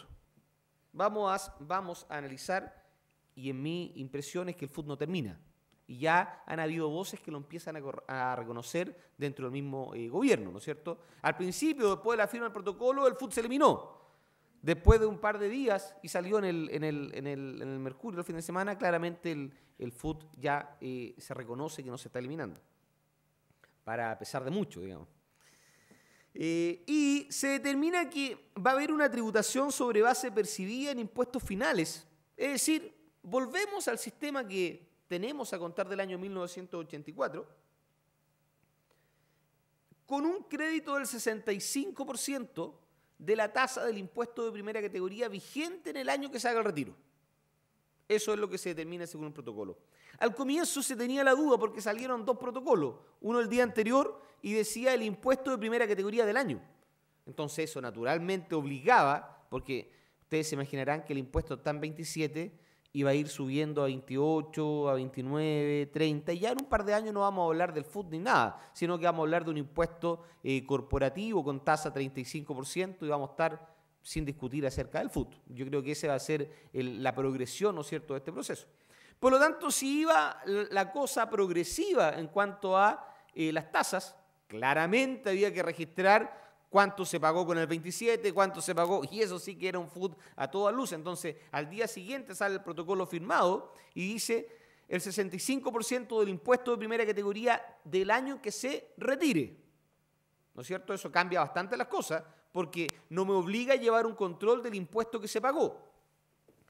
Entonces, ahí es donde partieron los economistas, y eso que estoy en la casa de los economistas, pero voy a ser respetuoso con el tema. Y la verdad es que no entienden mucho de impuestos. Por lo tanto, efectivamente salen diciendo los diarios la tasa del 45%. Pero claro, no saben y no han escuchado nunca hablar del artículo 54, número 1, la ley de impuesto a la renta, que habla del incremento. Estoy cierto que nunca lo han escuchado. Entonces, claro, ellos dijeron el impuesto empresarial es de un 27%, los que hayan optado, ¿no es cierto?, por este régimen de imputación parcial. Entonces, si me voy a dar de crédito el 65% del 27%, significa que perdí un 35% del 27%, así de simple, porque la vida a nivel macro siempre se ve simple, cuando uno se mete en lo micro es más complicado. Entonces perdí un 9,45%. Si el impuesto adicional fue de un 35%, o impuesto global complementario marginal fue de un 35%, estamos hablando que la tasa fue del 44,45 y salieron los economistas diciendo esto es un 45 en comparación a lo otro, etc. Pero la verdad es que eso está lejos de ser correcto de acuerdo a la ley de impuesto a la renta, porque sería ahí sí que creo que sería inconstitucional. Porque les propongo el siguiente análisis. En realidad, uno pudiera analizar que tiene una RLI de 100. Y si el impuesto empresarial fue de 27, significa que me quedaron 73. Pero los 73, si yo me voy a dar de crédito el 65% de 27, significa que deben ser incrementados por eso. Entonces, la base que se habrá incrementado sería de 17,55. Yo voy a incrementar a mi base lo que tengo derecho a darme como crédito. Y si tengo derecho a darme como crédito 17,55, que es el 65% de 27, es lo que voy a incrementar de los 73. Por lo tanto, la base a tributar es de 90,55. Y de esta manera, el impuesto adicional o impuesto global complementario marginal, tasa 35, de un 31,69. Y por tanto, luego, la pérdida del crédito siendo 9,45, llegamos en realidad a la tasa efectiva de 41,1425 que salió a los días o las semanas después, ¿no es cierto?, donde los técnicos corregían ese análisis que se había hecho económico, un poco laxo, y que en realidad requería una corrección. Ahora, ¿por qué la tasa del 17,55? ¿Por qué no fue el 63% del impuesto de primera o el 62% o el 70%? Y en realidad esto parte por un economista, Juan Andrés Fontaine, que en realidad presenta dentro de las propuestas que se estaban planteando, ¿no es cierto?, para sacar la renta atribuida, que en realidad tenía mucho riesgo de ser enviada al Tribunal Constitucional, y que en realidad quizás ese es uno de los principales motivos por el cual no se hizo este cambio, ¿no es cierto? Tan brusco, tan dramático, teniendo los votos, quizás para llegar a votar simplemente que la renta atribuida iba a ser la que correspondía, es que efectivamente se estudiaron las tasas acumuladas, los créditos acumulados promedio, y los créditos acumulados promedio eran, de acuerdo a Juan Andrés Fontaine, de un 16,5%. Entonces, en realidad se buscaba, con un sistema de imputación parcial, una tasa similar, y es por eso que se llega al 17,55, un poco para tener la idea con este régimen de imputación parcial, ¿ya? Dejando firme eso, están las interrogantes de si se elimina el FUT, y yo hoy quiero plantear dos alternativas, porque tenemos el protocolo, y el protocolo fue hecho por economistas o abogados no tributaristas. Por tanto, la verdad que es completamente impreciso, ¿ya? Es muy impreciso. Entonces, a este respecto, yo quisiera plantear dos alternativas. Una alternativa es que efectivamente hacer lo que salió en prensa. Se elimina el FUT. No existe más el FUT en el régimen de imputación parcial, porque sabemos que nace un nuevo servicio tributario. ¿Cuál es el nuevo servicio tributario? Analizar empresa por empresa a qué le conviene acogerse. Y ese es un estudio hecho a la medida. Y va a depender, entre otras cosas, de la tasa efectiva. Para que yo le recomiende, señor, ¿sabe qué? Acoja a su empresa al régimen de renta atribuida. Porque va a depender de su tasa efectiva, una tasa efectiva ojalá inferior al 25%, adicionalmente de su comportamiento de retiro. Porque efectivamente entre el 35 y el 41% de tasa efectiva, naturalmente me conviene hacer el análisis si soy una empresa y puede ser un cálculo relevante. Por lo tanto, dentro del proceso de si me quedo con régimen de renta atribuida o me voy al de imputación parcial, efectivamente, eliminando el FUT, significa decir, elimino el FUT, todo lo que retire a contar de hoy paga el impuesto global complementario, quizás 35%, con el crédito del 65% del 27%. Todo lo nuevo y toda la riqueza acumulada. ¿Necesito el FUT? No. Si así no lo necesito. Y eso es lo que se planteó a nivel de prensa, eso es lo que planteaban los economistas. Entiendo que eso es lo que tuvo a la vista Juan Andrés Fontaine cuando planteó eso. Pero nuevamente, tenemos utilidades sin crédito en el fútbol.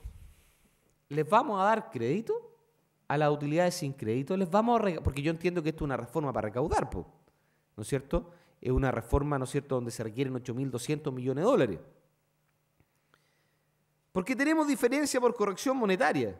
Entre otras, yo creo que eran unas 12, 13 utilidades sin crédito. Estas son las que se me ocurrieron cuando estaba haciendo la diapositiva.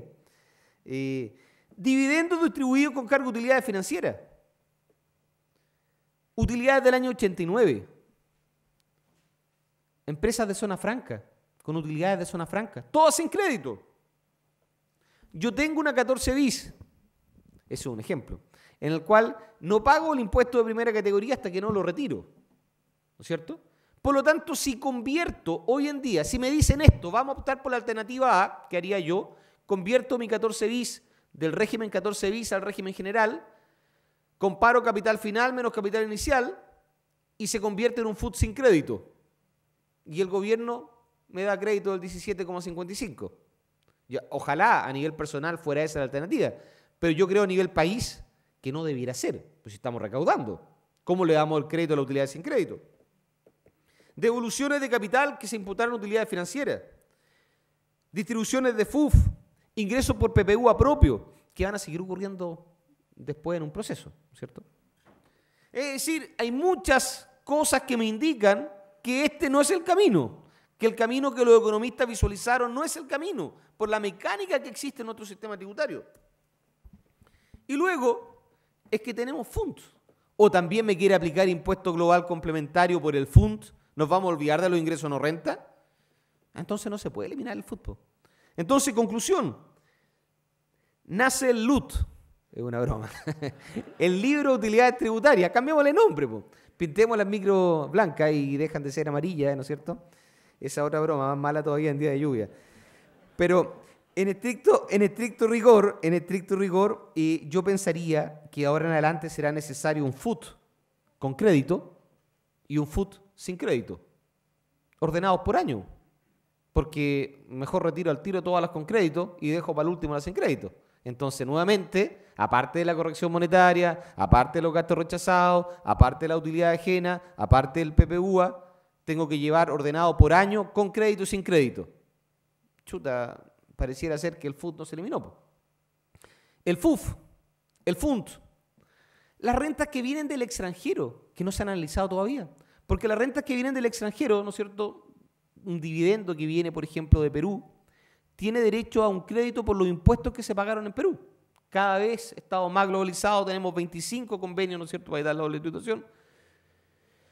Y ellos tienen derecho al 30% de crédito. ¿Me va a dar el 65% del impuesto de primera categoría? Porque eso no es lo que sale en los convenios, pues. Entonces estaríamos infringiendo el convenio. Entonces a las que vengan del extranjero les vamos a dar todo el crédito. Ya, esa otra discusión que se puede tener, no se puede tener. Pero lo que más me preocupa es dónde acumulo el 10% restante o el 3% restante. No, ahora es el 35%. El 8% restante, el crédito para empresas de dividendo extranjero, acuérdense que con la ley de este año, de enero, es un 35%. Entre el 27% y el 35% tengo un 8% que acumulado en una columna independiente. ¿Dónde diablos lo registro? En el LUT. ¿Ya? Entonces, esa es una alternativa. Y la otra alternativa, que es la que entiendo se comienza a barajar con mayor fuerza, y aquí voy a plantear dentro de esta letra B dos variantes, es que primero se consuma el FUT, que sería quizás lo más razonable, porque pareciera ser que los FUT acumulados tienen tasas menores que el 17,55%. Si lo veo a nivel de recaudación, parece que esa es mejor alternativa que la letra A, que eliminar todo. Y claro, yo pensaría que con esa alternativa, ¿no es cierto?, de eliminar, de consumir primero este FUT acumulado y después de consumir todo este FUT acumulado, hacer este otro registro de utilidades con crédito, sin crédito, con todo esto, sería quizá una solución. O bien, dicen otro, porque en el régimen de renta atribuida primero se consumía lo del año y luego se iba a lo anterior, que era el FUT. Otra variante de este letra B sería primero consumir lo nuevo y después irse al FUT antiguo. ¿De acuerdo? Pero acuérdense que hay normas sobre reinversión, hay incentivos, no sé si tendría mucha idea, o sea, mucho sentido irse por esa línea, sobre todo asumiendo que los créditos nuevos son mayores a los créditos antiguos. Yo creo que debiéramos ir a consumir primero lo antiguo, para que se recaude más, pues. Digo yo como idea, no era esa la idea de este proceso. Cualquiera de la letra A o la letra B, nace este nuevo registro. Este nuevo registro va a nacer, ¿no es cierto? Ahora, y ahí es ahí donde viene esta propuesta de incentivo al ahorro para pequeñas y medianas empresas. Incentivo al ahorro a empresas con ventas de hasta 100.000 UFs. Acuérdense que originalmente el proyecto era con 25.000 UF, que esas eran empresas, pequeñas empresas.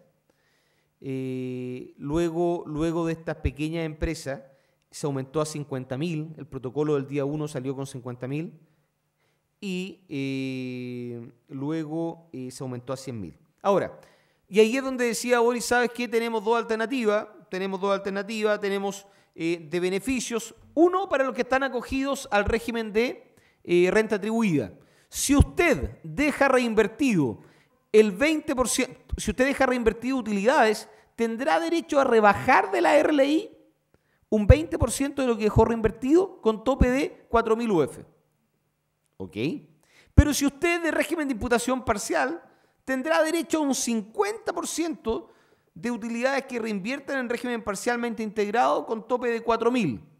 Y hay una parte que no se entiende mucho donde dice no otorga derecho al crédito de primera categoría por la parte ahorrada. Ya lo voy a analizar porque voy a hacer un ejercicio también numérico. La pregunta es, tengo una deducción en la RLI por lo que se reinvierta. Y es lo que decía Boris, ¿que se reinvierta en qué? ¿En bienes productivos? ¿Me sirve capital de trabajo, no? Sería otra pregunta. Porque también necesito lucas para estar en el día a día, comprando, vendiendo, y eso no lo puedo certificar. Porque justo llegó el 31 de diciembre y me quedé con caja. A eso no. Oye, ¿y en instrumentos financieros?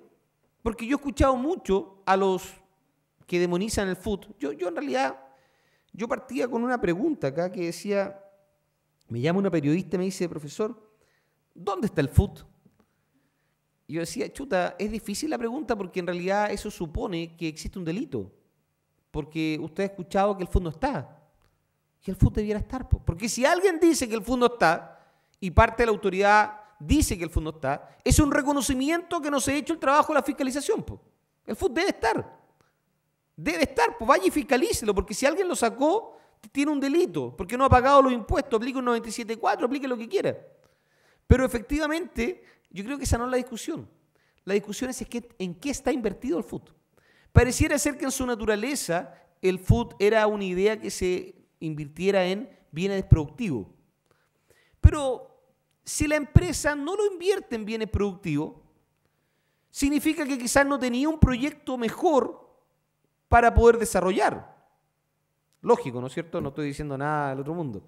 Pero si la idea es que el país crezca y que se vaya desarrollando, ¿cuál es el problema que la empresa coloque estos dineros, ¿no es cierto?, en una institución financiera que los capta, ¿no es cierto?, y luego los asigna de nuevo a un emprendedor que tiene un proyecto que sea rentable para el país? Yo no le veo un problema. En realidad la asignación del mercado, asumiendo un mercado eficiente, asignaría esos recursos a un proyecto que tenga una muy buena rentabilidad. Claro, ¿dónde se empieza a complicar la cosa? Cuando sacamos la plata del país. De repente, y eso quizás es más fácil poder medir. Quizás se están incorporando normas CFC, ¿no es cierto?, que estaban en la ley de impuesto a la renta, que es un reconocimiento de las rentas que están afuera, sobre todo en regímenes tributarios preferenciales, que no digamos que van a tributar en Chile cuando sean percibidas, sino que pueden ser reconocidas como rentas pasivas y se entiendan de vengada. Podría ser una alternativa y con eso lo controlo, ¿no es cierto? Entonces, efectivamente, acá está primero en qué debe reinvertirse y esa es la discusión que se está teniendo. Entiendo, ayer ya se habría zanjado que se iba a permitir que se reinvirtiera en cualquier cosa. Porque en caso contrario, volvemos de nuevo los técnicos sobre los economistas, también son técnicos, pero en otra materia, en economía. Volvemos de nuevo los técnicos a decir, oye, ¿y cómo controlo esto, po? Te recuerdo que el dinero es fungible. ¿Qué dinero se metió en qué cosa? No tengo idea, po. ¿Cómo controlo eso? No tengo cómo controlarlo. Ahora, hay otra pregunta que nadie se ha hecho. ¿Por cuánto tiempo debo tener la reinversión? Porque en el año 1, porque esto es el gran combo, ¿no es cierto? Porque se reclamó que este nuevo sistema tributario no tenía un incentivo a la inversión. Ya, ¿cómo que no? Aquí está. Este es el incentivo a la inversión. Entonces hay que deducir un 20% de la RLI. ¿Y si el año 2 saco la plata? ¿Tengo que hacer un agregado por el 20%? Chuta, ahí se empieza a poner más complejo porque tengo que hacer un control. ¿Y si en realidad no saqué esa plata, sino que saqué la plata del año 2? No la del año 1. ¿Cómo me pruebas que es la plata del año 2 y no la plata del año 1? Entonces yo imagino que deben haber normas de castigo al retiro anticipado, así como una especie de artículo 42 bis de ahorro previsional voluntario. Previsional voluntario, me imagino que debería haber una norma de castigo. Pienso yo. Entonces, efectivamente, la idea es plantear un pequeño ejemplo. Un pequeño ejemplo donde, si bien tengo una RLI, estoy situado en una empresa que está acogida a la renta atribuida. Entonces, tengo una RLI de 21.500 UF, en este caso está en UF. Entonces, reinvierto 20.000, porque si tengo una RLI de 21.500 puedo reinvertir 20.000, ¿no es cierto? Estoy en mi derecho. Si mi RLI original era de 21.500, entonces yo tengo una deducción del 20% de la reinversión. Vamos a publicar la diapositiva, por si acaso, en la página de posgrado, ¿no es cierto? En algún link, para los que quieran, por si acaso. Entonces, si tengo derecho a una deducción del 20% de la reinversión, significa que estoy justo en el tope. Tengo derecho a rebajar de la RLI 4.000. Entonces mi RLI en el régimen de renta atribuida es de 17.500. Entonces el impuesto de primera categoría es 4.375. Entonces lo que se va a atribuir son 17.500. Entonces, si es que se van a atribuir 17.500, el impuesto adicional o el impuesto global complementario marginal es de un 35%, son 6.125. Como tengo derecho bajo el régimen de renta atribuida a otorgar un 100% de los créditos, le otorgo de crédito 4.375. Entonces me da un impuesto a pagar de 1.750. Entonces, ¿cuánto puedo retirar? 21.500 menos 20.000. Puedo retirar 1.500 y tengo que pagar 1.750.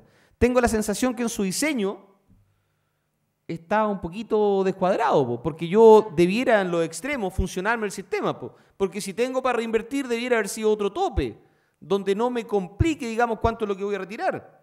Porque en este caso, ¿no es cierto?, tengo una disponibilidad de recursos post-impuesto, que son los 21.500 originales, menos los 4.375, puedo retirar 17.125, pero en realidad no los puedo retirar porque están reinvertidos. Oye, pero pregunta final, ¿se cumple así el objetivo de la reinversión? Porque quedaron en realidad 17.125 y no después del pago del impuesto, o no reinvertí 20.000. Entonces no se está cumpliendo. Aquí, bueno, para variar, es como el artículo 14 quater cuando se diseñó. Por las mismas personas que lo están diseñando hoy en día, tengo el mayor de los respetos, soy amigo, pero en realidad esto es una materia técnica, por tanto, cuando me dicen que el 14 quater podía tener un límite de venta de 28.000 UTM y tenía un tope de capital de 14.000 y el incentivo era para no retirar, entonces si tenía venta por 28.000 y tenía un capital de 14.000 siempre menor y no tenía que retirar, ¿cómo diablo iba a ocurrir eso si esto iba a ir creciendo?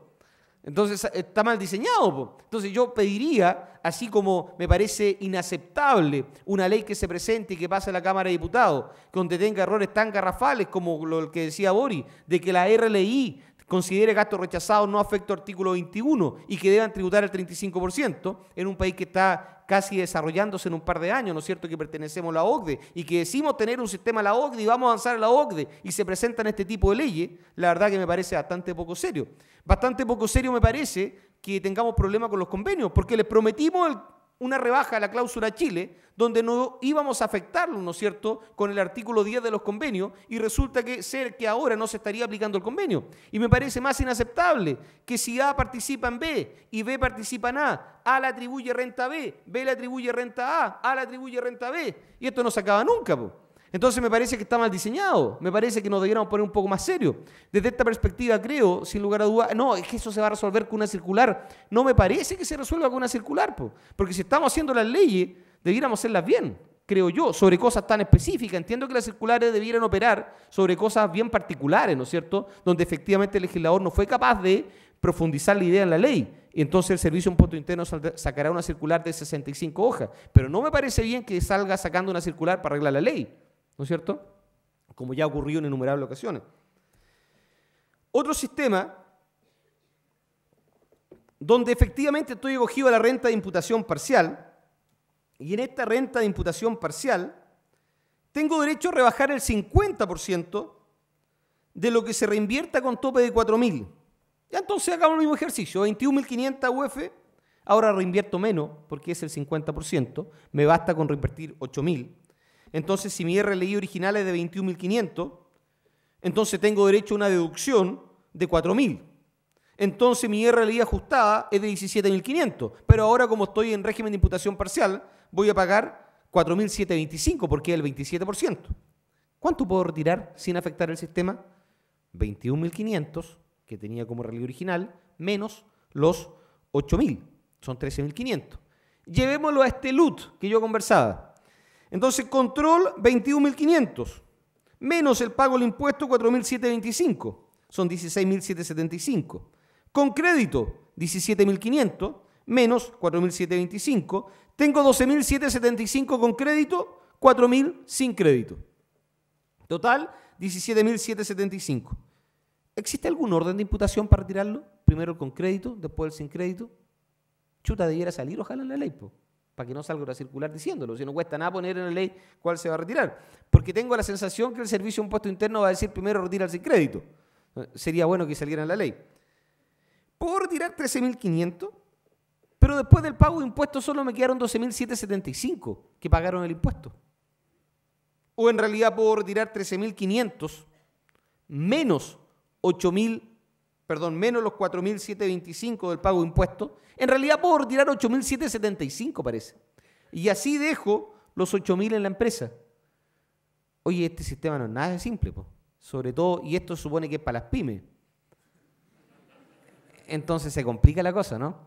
Efectivamente, y por cuánto tiempo debo dejar, y en qué se debe reinvertir, y cómo controlo lo anterior. Yo creo que son preguntas que nos debemos hacer a la luz de un sistema tributario que se está planteando, que en realidad yo entiendo bastante bien a los técnicos que están trabajando detrás de esto, que son muy buenos técnicos, pero en realidad que sale un mensaje político-económico, y en realidad entiendo que si yo estuviera trabajando también en eso, recibo una pelota grande y me dicen conviértela en una pelota chiquitita, cuesta harto. O sea, en realidad es muy difícil para los técnicos transformar esa idea política en una idea que en realidad tenga fuerza y tenga un backup legal y se pueda controlar y más encima sea simple. O sea, yo creo que en realidad es mucho pedir frente a eso. Entonces, pero frente a esto, y estoy terminando en unos 10 minutos más, la broma, efectivamente, puedo optar por los dos sistemas, dice el protocolo, por el régimen de renta atribuida o por el régimen de imputación parcial. ¿Y cuántas veces puedo optar? Se tendrá que definir también, porque de repente, si opté por una vez y después me arrepentí, o no tengo derecho a arrepentirme, yo creo que pudiera querer hacerlo porque puedo haber tomado una mala decisión y en realidad me convenía el otro. ¿Cuántas veces? O si no me deja, mejor le pongo término de giro y después me convierto de nuevo en otra. Ahora, a mí me quedó la duda, y quise dibujarlo acá, también con sistema, cómo operaría, y esta es la complejidad que se va a dar en la práctica, un sistema en el evento de participaciones entre el régimen de renta atribuida. Una empresa está en el régimen de renta atribuida y es dueña o posee un porcentaje de uno que está en uno de imputación parcial. Y efectivamente, partamos de derecha a izquierda, el que está en el régimen de imputación parcial, convengamos que tenía un registro, ¿no es cierto? Lorenzini le llamó Futito. En realidad pueden ponerle el nombre que quieran, pero hay que hacer un registro, ¿ya? Entonces, este registro, que no va a ser simple, porque es con crédito, sin crédito, FUF, FUND y otros por año, por gasto rechazado, por corrección monetaria, este registro, cuando se haga un dividendo, cuando se envíe un dividendo, este dividendo tendría que pagar el impuesto global complementario con un crédito del 65% del impuesto de primera categoría ese año, ¿no es cierto? Pero imagínense que va a ser recibido por una empresa que está acogida al RRA, que es el régimen de renta atribuida. Y esta empresa tiene los 5 registros que habló Boris hace un minuto atrás. Y esta otra empresa tiene un régimen tributario donde todas sus rentas acumuladas ya pagaron impuestos. Y esta empresa quizás tiene un FUT acumulado. Entonces esta empresa va a recibir una renta que no ha pagado los impuestos y que tiene créditos parciales. Entonces, esta empresa podría tener los 5 registros nuevos, más el FUT acumulado, más el LUT que viene efectivamente del registro de imputación parcial. Y la verdad que una empresa con 3 registros me parece a mí demasiado, ¿no es cierto? Me parece mucho, porque en el día a día uno se da cuenta de que en realidad los que estamos acá estamos en una élite tributaria y somos los que sabemos bastante impuestos, pero está todo Chile que tiene una capacidad de conocimiento y capacidad de estudio bastante menor a los que estamos acá. Entonces, un poco era lo que se planteaba en la Cámara del Senado, en la Comisión de Hacienda. ¿Esto puede operar o no? Y estaban preocupados si podía operar solo el régimen de renta atribuida. Yo creo que en realidad lo viene a complicar más. Y podría ser al revés, donde existe un RIP que participa en un RRA. El RIP tributa sobre base percibida, el RRA sobre base atribuida. Aquí podría quedar la duda, ¿los propietarios del RIP deben tributar por la renta que genere el RRA? Yo creo que sí, ya que te acogiste al RRA, que es régimen de renta atribuida, debiera ser transparente y pasar a los propietarios finales. Sí me parece razonable, porque ya escogieron estar en ese régimen. Oye, entonces el RRA lleva los 5 registros, el RIP lleva su registro especial, ¿no es cierto? Pero además el RIP va a tener que llevar registros para el RAT y para la renta exenta que se reciba, porque va a tener que recibir y vamos a tener que tener orden de imputación entre estos registros, porque no va a ser cualquiera. Entonces, la verdad que pareciera ser que se complica un poco. Entonces, efectivamente, y ya concluyendo, digamos, en términos generales, efectivamente, también se modifica el artículo 17, número 8, que es la tributación de la ganancia de capital. Entonces, la pregunta es ¿cuál es el costo? Yo un poco partía con eso, ¿cuál es el costo? Tengo la sensación que el costo es dependiendo del régimen tributario al que está acogido. No podría ser de otra forma.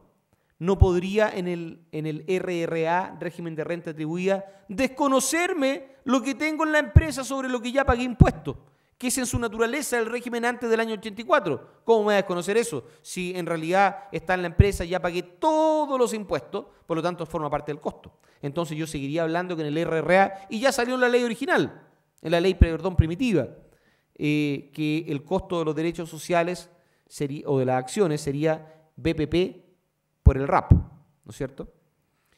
Pero no creo que al RIP, al régimen de imputación parcial, se le pueda dar el BPP, si no ha pagado los impuestos finales.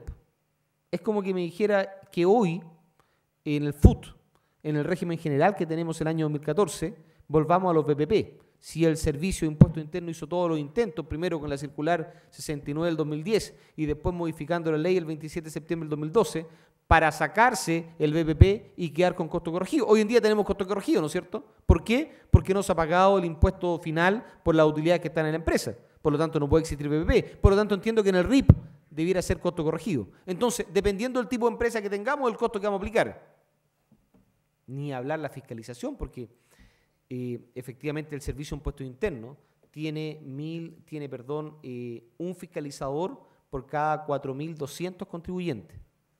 Y eso es sin asumir que nótense este proceso, porque las 14 BIS, que eran cerca de 60.000 empresas, van a pasar al régimen general. No, me decía un amigo del Servicio de Impuesto Interno, van a pasar al 14 TER con nombre PRO, 14 TER PYME, para que sea para que pegue más fuerte en la opinión pública, ¿no es cierto? No, si van a pasar al 14 TER PYME. No, no van a pasar al 14 TER PYME. Porque la diferencia entre el capital final y el capital inicial es FUT sin crédito. Si me paso el 14 TER PYME, tributo por todo eso. No me conviene, pues. Yo creo que nadie que esté en un 14 bis acumulado vaya a pasar a un régimen del 14 TER. Entonces, le estoy sumando, aparte de todas las empresas, 60.000 empresas más al sistema. Oye, ¿cuántas eran las 14 Quater? 80.000 empresas. ¿Y una 14 Quater con FUT acumulado va a querer pasar al 14 TER? Por ningún motivo, menos. Entonces, efectivamente, la OCDE tiene un fiscalizador por cada 1.600 contribuyentes. Entonces, si estamos aplicando un sistema OCDE, no me basta con ingresar 500 fiscalizadores más al Servicio de Impuesto Interno. Porque, como bien decía Boris, hoy en día se fiscaliza y la estrategia de fiscalización es en el consumo. Es decir, existe riesgo molesto a la empresa, les tiro un par de citaciones, etcétera. Muy pocas, porque en realidad la recaudación indirecta es la que realmente genera la recaudación nacional. La recaudación por citaciones, por todo este proceso, genera como el 2 o 3%, entiendo. Pero la empresa del comportamiento natural es el que se paga el 98%. Por tanto, en realidad, hoy en día con este nuevo sistema habría que cambiar la fiscalización, sobre todo en el régimen de renta atribuida, a la generación de la renta. Y voy a tener que tener fiscalizadores para ir a la empresa, revisar los balances. Hoy en día casi no ocurre. Si en realidad el fiscalizador apenas tienes tiempo para ver los casos y tiene 80 casos acumulados, en realidad va a ser muy difícil que pueda ir a la empresa como un asesor tributario a fiscalizar mis datos y se vaya 2 semanas. De hecho, yo trabajé en grandes empresas por 10 años y iba solo a fiscalizar, a lo más con un fiscalizador al lado que está sentado por acá, iba a alguna empresa y efectivamente era un día, 2 días, 3 días. No pasaba mucho tiempo en la empresa para poder fiscalizar. ¿Qué va a pasar ahora a nivel de fiscalización? ¿No nos estaremos disparando en los pies? ¿Por qué recaudaremos los 8.200 millones? Porque se está apostando mucho que la fiscalización va a dar todo esto. Ahora tampoco sé el comportamiento de cuántos van a optar por renta atribuida y cuántos van a ir por el régimen de imputación parcial. ¿Cómo calcularon que llegamos al número? Pareciera ser que hay otro grupo de economistas que dice que estamos llegando a los 5.000 con este nuevo sistema. Ahora, la tributación de la ganancia de capital se modificó en el proyecto original y eso no se ha modificado en el protocolo.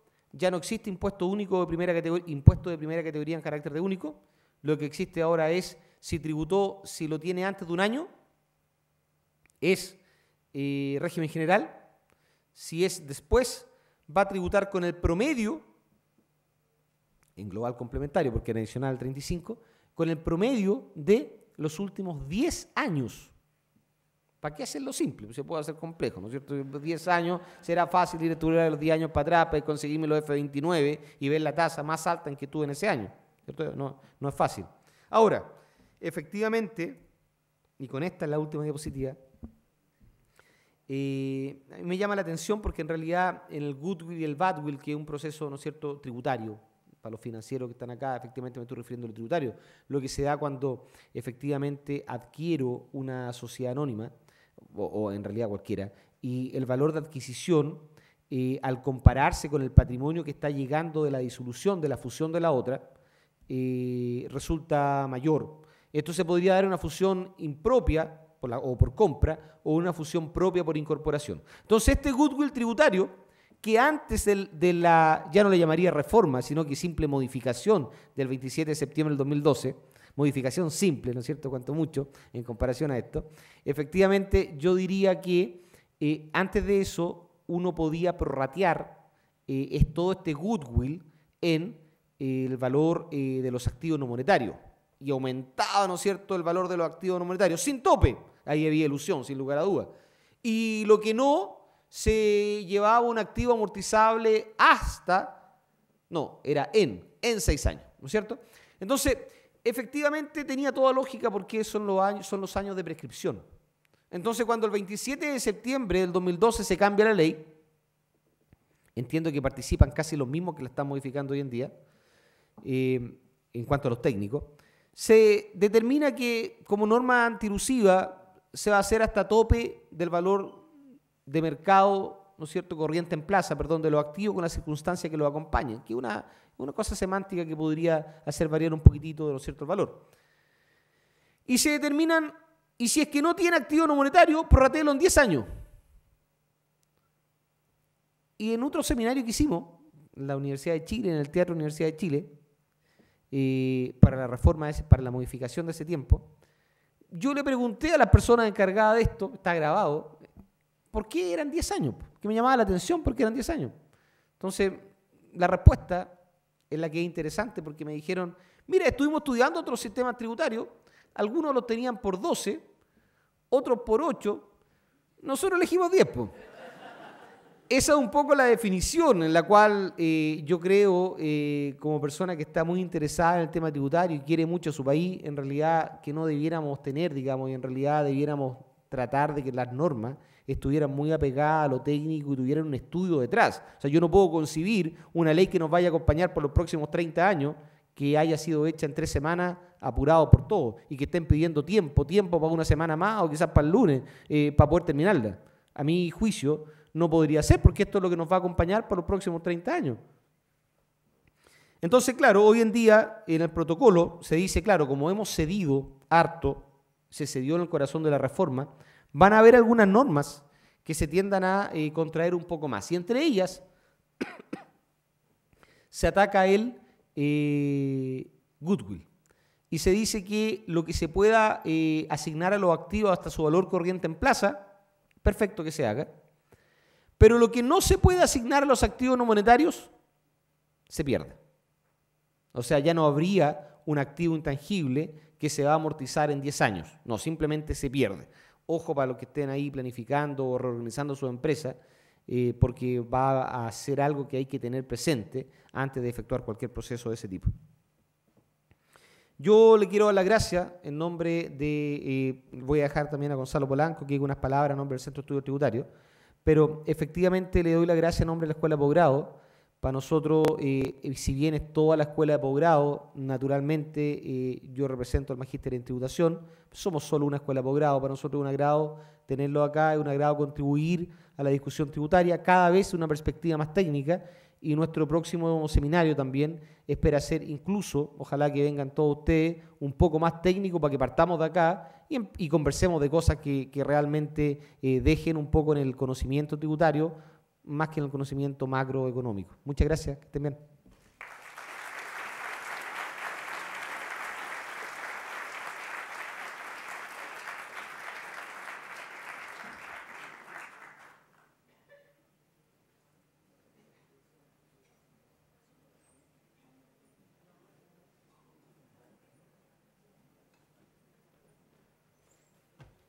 Bien, en realidad no estaba programadas las palabras y de hecho solamente agradecer a Javier, dirigirme a ustedes un minuto para agradecer primero que todo que ustedes se hayan dado el tiempo de compartir con nosotros.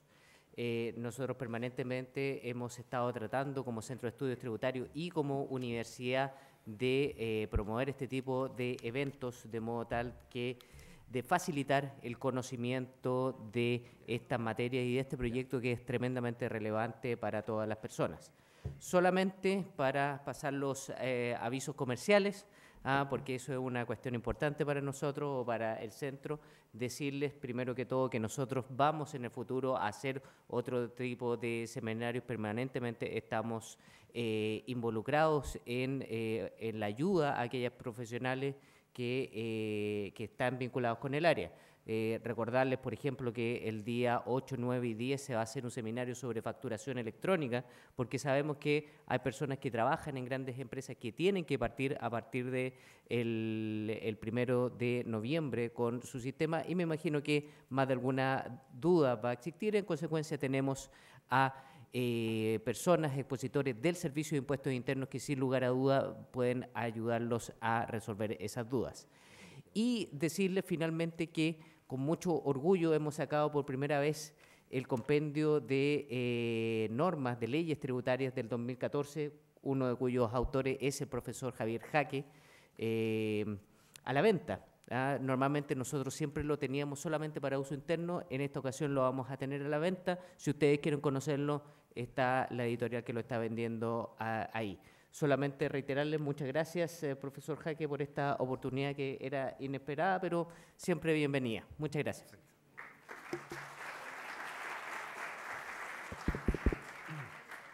Y nosotros vamos a responder algunas de las preguntas que se han hecho, ¿no es cierto? La idea es que, entiendo, nos excedimos un poco en el tiempo, así que vamos a responder 2 o 3 preguntas. Y hay una acá que me parece interesante. Se ha planteado aplicar un impuesto único a los saldos del FUT. Claro, la verdad que se ha planteado, así como también del tiempo, yo recuerdo Ricardo Lago, se analizó que había muchas utilidades que están en el extranjero de chileno, que están declaradas, que no están declaradas, pareciera ser que algunas no están declaradas. Entonces se quería aplicar, claramente necesitamos dinero como país para las inversiones, vénganse todas las utilidades y le aplicamos un perdonazo. Le aplicamos una tasa de un 8, le aplicamos una tasa de un 15. Claro, yo no sé si están los tiempos hoy en día para poder aplicar un perdonazo y decir, ¿sabes qué? Las utilidades que están acumuladas en el FUT van a pagar un 8%. Yo creo que efectivamente, no es un tema técnico, sino que es un tema bien político, las condiciones no están dadas. No sé si sería alguna pregunta. Hay una pregunta que me pareció interesante con respecto a la venta de inmueble, a la ganancia de capital, en que en el protocolo sale que si yo compré un inmueble con 10 años de anterioridad al 2014, no tributaría. Y la pregunta es, ¿desde cuándo cuento ese plazo? Si lo cuento desde la compra del terreno o de la fecha de recepción definitiva de la construcción. La verdad no está dicho, no lo dice. Lo que se quiso poner ahí en el protocolo era, porque salió mucha gente dijo, yo me compré un terreno hace 30 años y me construí la casa con una empresa constructora, ahora, ¿dónde voy a tener todo el respaldo para justificar el costo? Nomás voy a poder justificar el costo del terreno. Entonces ahí se dijo, ya, los que tengan más de 10 años de antigüedad, ok. Claro, si me demoré mucho en recepción municipal, pudiese ser que ese sea el criterio, ¿no? O sea, que la recepción es, ahí tengo la casa final, pero no está dicho, no está resuelto ese problema. Y quizás, entiendo que estamos en el tiempo, la última dice, ¿qué pasa con el FUT histórico? ¿El crédito 100%, el crédito 65%? Yo creo que en definitiva podría estar el análisis en si nos vamos a ir por alternativa A o alternativa B. Si nos vamos por la alternativa A, de lo que yo planteaba, se daría derecho al 65% del impuesto de primera categoría, pero que es un 17,55%. Por lo tanto, en promedio, tampoco alteraría los saldos de FUT, que era cerca de un 16,5%. En promedio, nadie pudiera alegar. Además, que eso es lo simpático que tiene este sistema, usted optó por este sistema. Por tanto, claro, cuál de las dos era mejor era ese otro tema, pero no sé si cuál de los dos métodos era bueno. Pero claro, si nos vamos al B, efectivamente, donde empezamos a consumir el FUT, la idea sería respetar todos los saldos FUT acumulados. Y ese es algo que vamos a tener que observar en los próximos días. Esto viene luego. Yo no me adelantaría a decir que las indicaciones serán lo último que salga, porque en realidad que está bastante movido el escenario y pueden haber futuras discusiones que hagan cambiar de nuevo. Lo cierto era que el corazón no se movía y se movió harto, completo en realidad, y por tanto ahora pudiera ocurrir lo mismo. ¿Ya? Ahora sí, porque entiendo que existe otra actividad en esta sala. Hay un coffee, ¿no es cierto?, que lo están esperando. Muchas gracias. Sí.